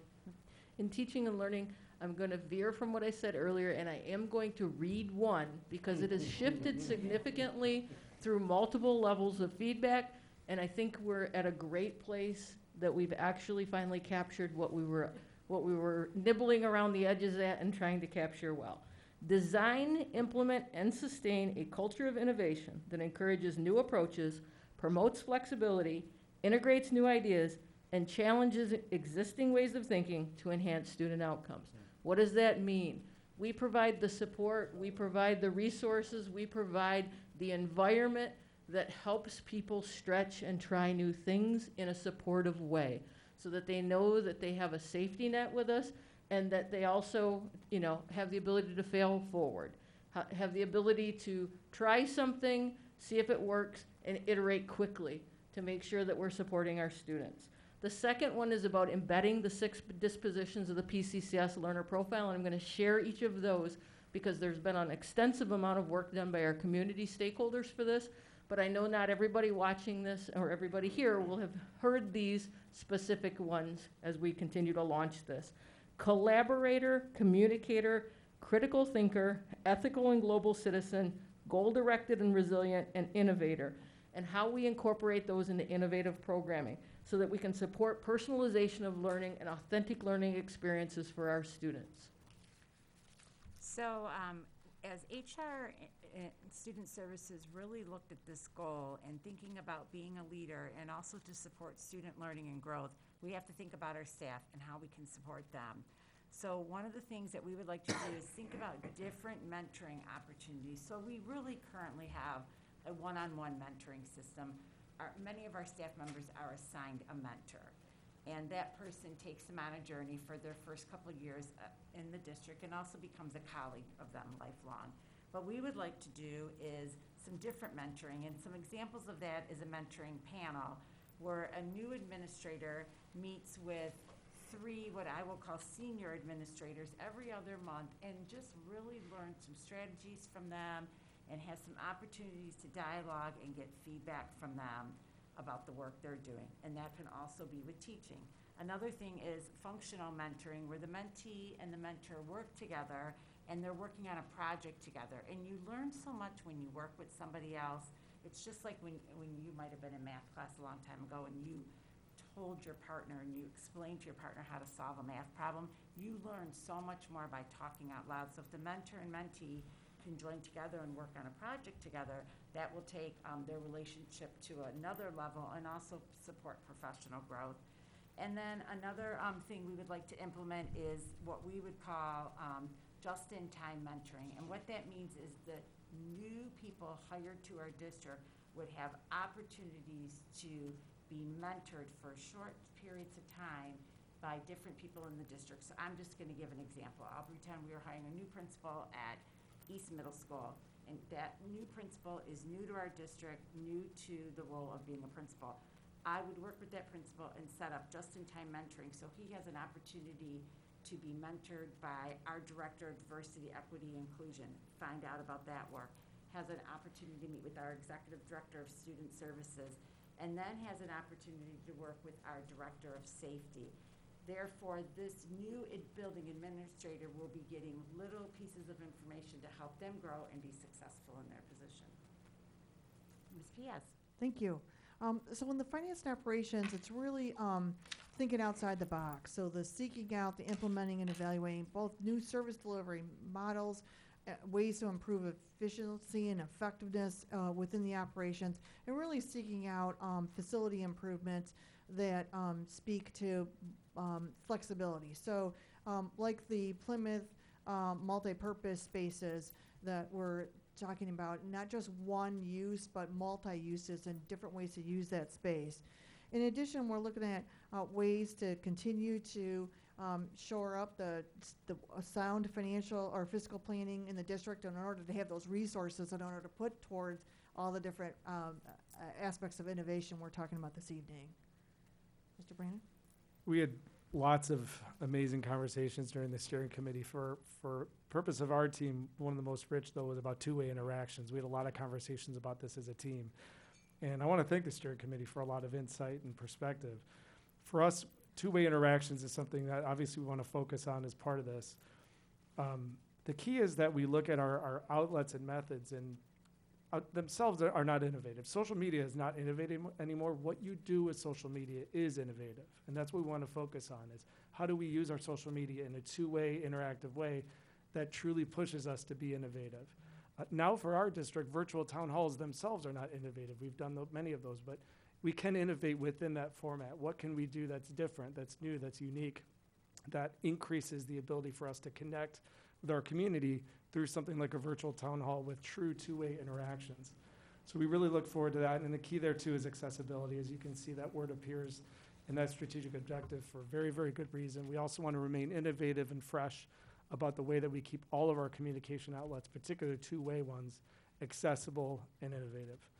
And then lastly, for us, our media relations program. We don't want to rest on our laurels in this area, even though we have a solid media relations program with lots of positive relationships. We want to focus on new developing media and non-traditional media, because that is the future of information if you really look at the direction things are moving in. And we want this to consistently yield P-CCS recognition for us being creative and being forerunners. So we want to be innovative about the fact that we're being innovative. And a forward-thinking media relations program is a huge part of that. And it's not just relying on old reliable, it's thinking about what's next, what's not traditional, and what's developing, keeping our eye on that ball and utilizing it as soon as we possibly can. All right, so this brings us to the end of the strategic objectives that really are geared towards operationalizing those themes and those goals. Now, the next piece that's not here is really the action plan, and that's really how we do this work and how we're measuring our success and who's responsible for doing that work. And so that is the work of the teams, and really to be very transparent around that and make sure that everything is aligned. How we propose that we move forward.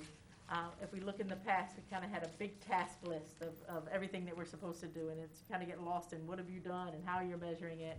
So really the goal is for, at a year at a time, to do action plans around these objectives.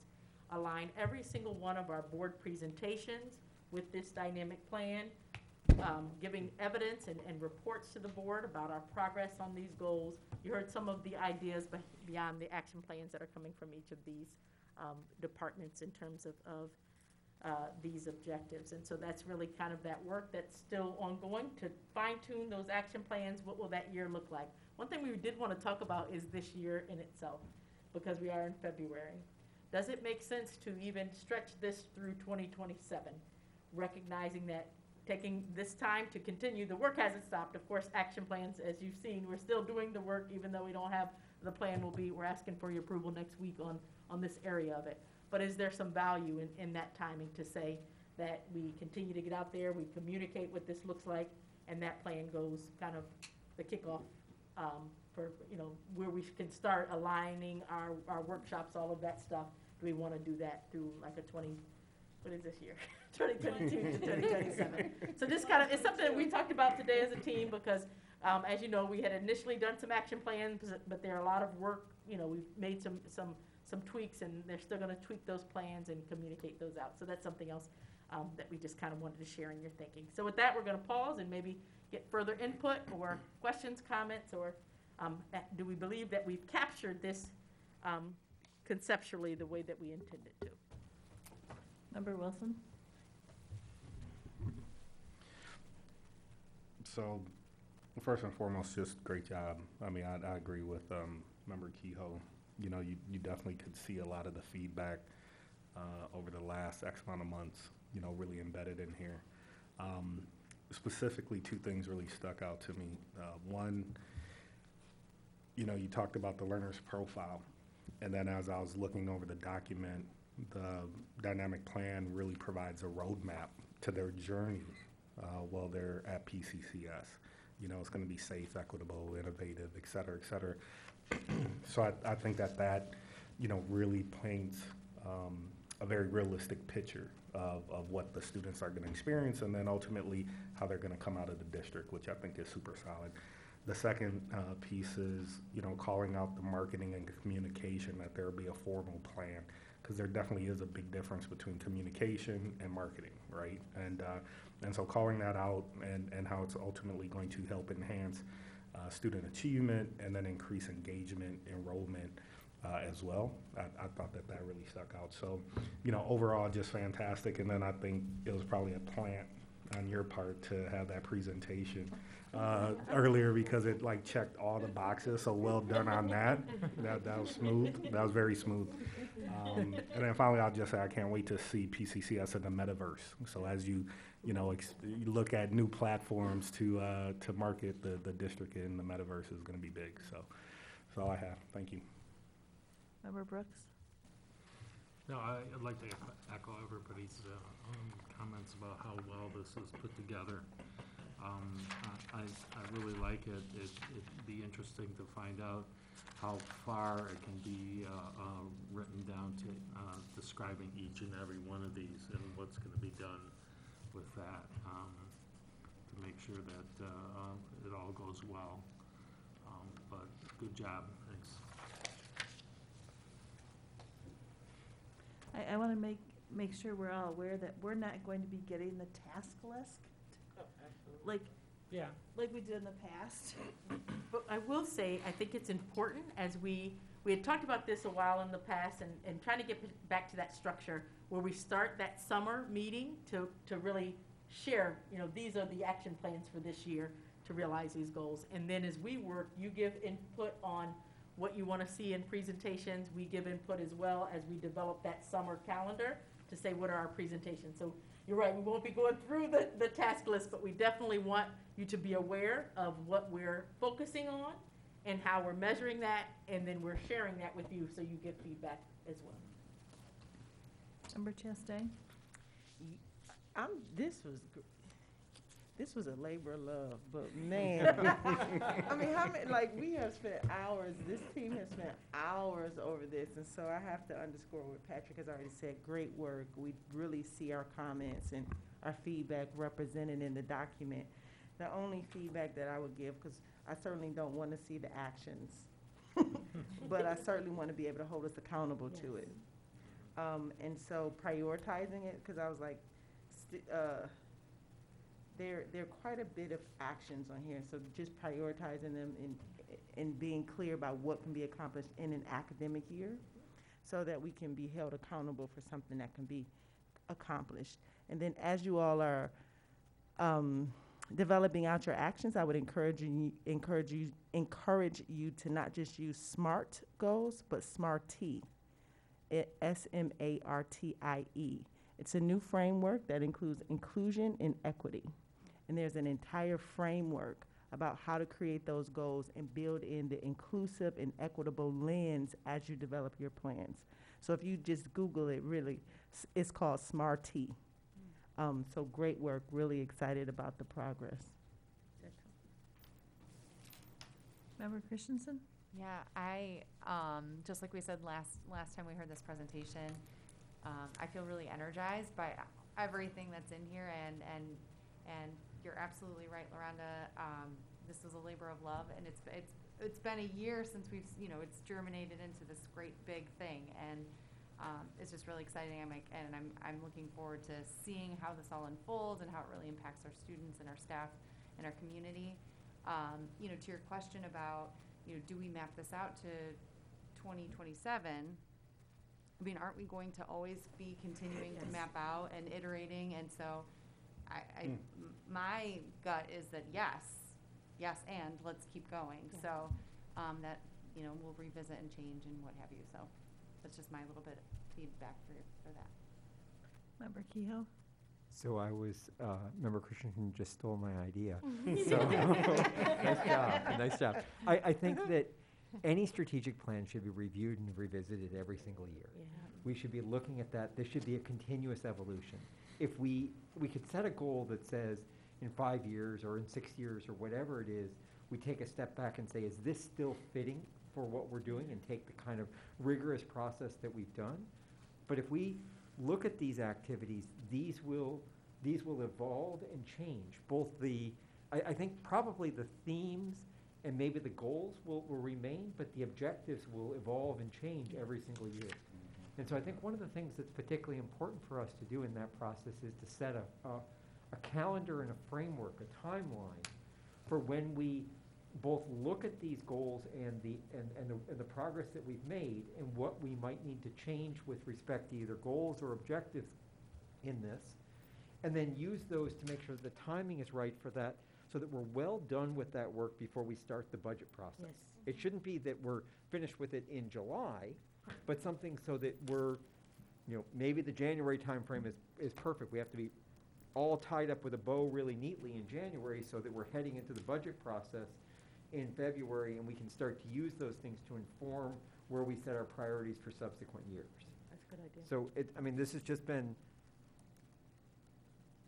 I'm really happy with this, this process. I mean, as LaRonda said, this feels like we've been birthing a baby. It's been a difficult and challenging process, but I feel excited and aligned as a team with both the administration and the community and the work that we've talked to as part of this process. And I believe that this already incorporates the feedback from the community and the other stakeholders, correct? Yes. Yep. Okay, great, because I wasn't on some of those teams. So this is just great work. Member Sidhu? Yeah, great feedback from my board colleagues, and, you know, to use the baby analogy, yes, we had some labor pains, but this is, you know, a beautiful outcome of the hard work that went into everyone, and in terms of where we started a year ago, and because this whole concept was new to all of us. None of us, we've been here, some of us more than 5 years, we've never gone through this. So to not know what this looks like with a new team and constant change in the midst of a pandemic and everything else, it was a lot of work. But again, thank you for working with all of us and your team. Thank you for your team and looking at the feedback, listening to the community. Really impressive work. I think for me what stands out is this is community friendly, whereas some of our previous work that we've looked at, yeah, it makes sense to us, but at the end of the day, does it make sense to the community? And I'd like to say that this is community friendly, and I hope we get that sort of feedback and respond and adjust accordingly. And with regard to the annual visitation of this work, I think that's part of the president's job as well, whoever's in that seat, to say this is the work that we do every July for superintendent goals, board goals, and where are we in getting a pulse every year with this work. So thank you, great work. Yeah, this is fantastic. I love the way all the feedback has been incorporated, especially when you look at what you know, being on that steering committee, that innovation piece, that was just the, like everybody kind of knew, but you couldn't say it. And just for teaching and learning to have come up with this objective is just, it like really gets to what we wanted, but it's not something people can't understand. People at home are gonna be like, oh, what does this mean? So I do appreciate the way this is accessible to families, and I am hoping that the community as a whole does see this, look at it, you know, engages with it, because this is really exciting work. Thank you so much, the whole team. You've done a great job with this. I'd also like to share that we got a friendly amendment from Member Kehoe that really helped us bring that one to the final finish line. So thank you for that. I read the email string. and the comments. All right, so we will bring this back next week for consideration as a final read. 2 weeks. Nope, you're right, 2 weeks. Don't rush us. Don't rush. She's like, we have a meeting next week?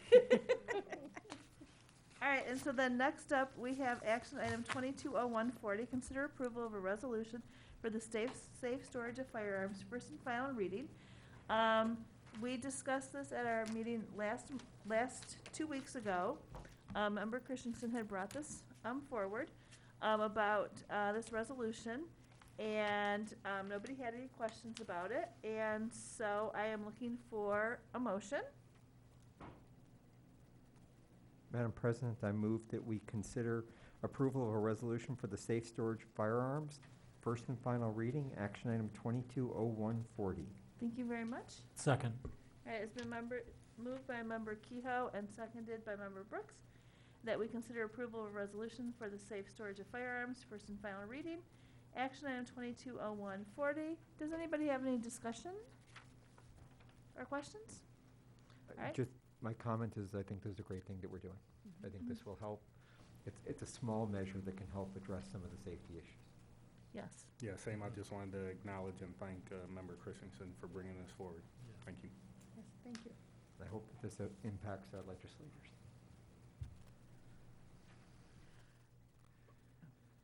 Not our personal ones, because our know. community I'm sorry. legislators are very supportive. Collectively, the Yes. legislators in the state. Yeah. It's clear that our local legislators are very much in favor of this, but the collective Yes. weight of this going to the legislators in all in the state. Yes, there's been several bills introduced. All right, I will call for the vote. All in favor, say yes. Yes. Yes. Any opposed, say no. All right. Now we are down to future agenda topics. Does anybody have any future agenda topics?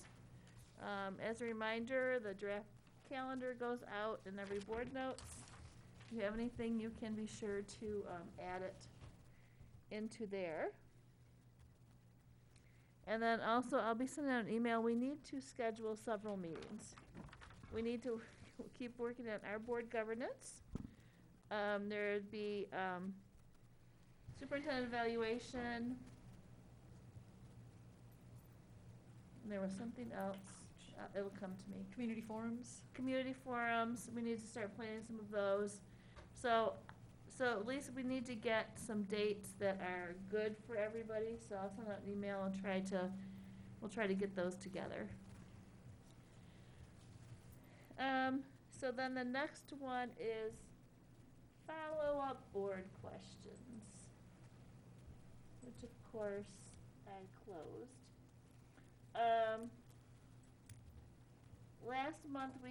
Last meeting, 2 weeks ago, feels like it's been about 2 months. We had Superintendent Merritt will provide an update in board notes regarding the arrival of additional COVID-19 testing kits, which we got. And then Member Kehoe asked about additional ways the district could continue to promote the next vaccination clinic. And I appreciate the text messages and the multimodal communication, so. All right. So does anybody have anything else before we adjourn? We had for this. Question for Nick. I'm about to say Brother Brandon. You can call me that. I like that. like it. Yeah, that's like a huge Brother compliment. Brandon. It's 10 o'clock. It's 10 o'clock. You can call him at 10 o'clock. At 10 o'clock, you become Brother Brandon. It's like a superhero. It is, right, okay. Just a quick question. I would really love to share out the U.S. News and World Report information. So if there's anything that, from a brand, brand and what should be put out and how we can, from our own personal social media and just really pushing it out across our own personal platforms, I would love to share that. For sure. It And was so- actually announced about a month ago. There's a posting on our website. Is it a posting? I can send go to you. find it. Yeah, if you put in the search engine U.S. News. Perfect. Thank you so much. It'll be up there. If for any reason you can't find it, just shoot me an email. I was just gonna say, why don't we just go ahead and send it out anyway? It'll be helpful. We'll put it in board notes. Yeah. There you go. Okay. Thanks. Yeah, you Thanks bet. so much. Of course. And then also this evening, Patty and I both expressed interest in having a conversation with Beth on the financing for early and middle education. Riveting. While the meeting was going on, I found some FAQs and I read a lot about it, so I got a little bit there. So you've scratched my immediate Yep, itch. and we can set that up through Superintendent Merritt, so we'll communicate and make that happen. Thank you. All right. President Yes? McQueen, I just want to share some feedback or just some thoughts. As I listen to our community member and, we think about this month is a School Board Member Appreciation Month, and, thank you for the gifts and the constant acknowledgement. But I really do want to take a moment to thank our educators, because what they are going through today, none of us could have ever imagined. And we need to keep them lifted as much as we can so they lift our students. And I know we need to go beyond words at some point. And I'd like to do that collectively as a board and a team of 8. What do we do to go beyond words? But let's just start there. What the person said earlier today was amazing, just to say, here's my call to action, here's what I'm doing as a parent and a community member. And we have to use our voices as parents, community members, board members, to do what we can because of what they're dealing and what they're going through on a day-to-day basis. So I want to say publicly thank you to all of our staff, educators, classroom educators, bus drivers, parapros, et cetera. and to you, Superintendent Merritt, for your leadership, because you have to take a lot. So it really does take a village, and our village gets beat up sometimes, but you all matter. Whoever's listening out there, you all matter. You're valued, you're appreciated, and we need to do better. Yeah, if I could just echo that, I was struck by the award recipient when, you know, she talked about some of the tough choices she had to make during the lockdown in her mind. And there's not a lot of us that have to think about that in our day-to-day job. Right. And so I think that's an excellent point. Thank you.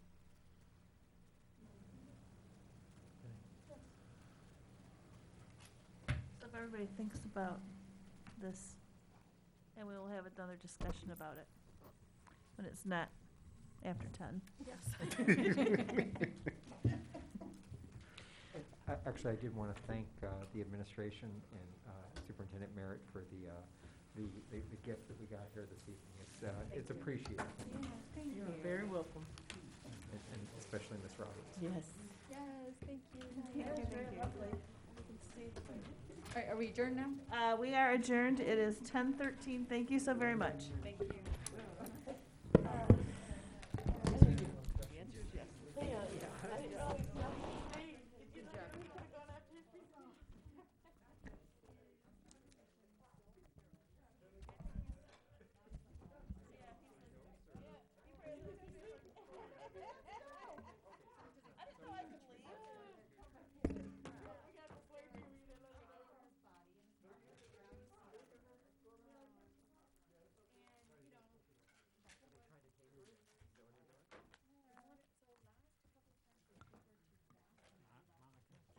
Does Mark Salzer have an office in this building?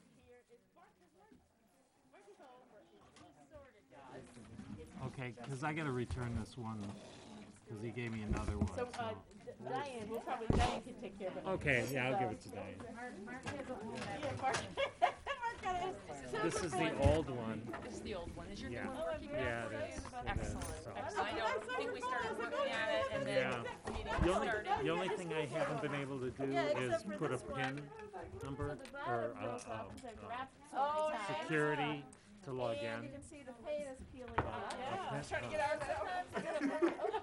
So, because when I turn it on, it just comes right on. There's no way to secure it. So So, put a password? yeah, it's So the that, password. I'll send you There- the link, so. Yeah, if you could, Even okay. logging onto the device or to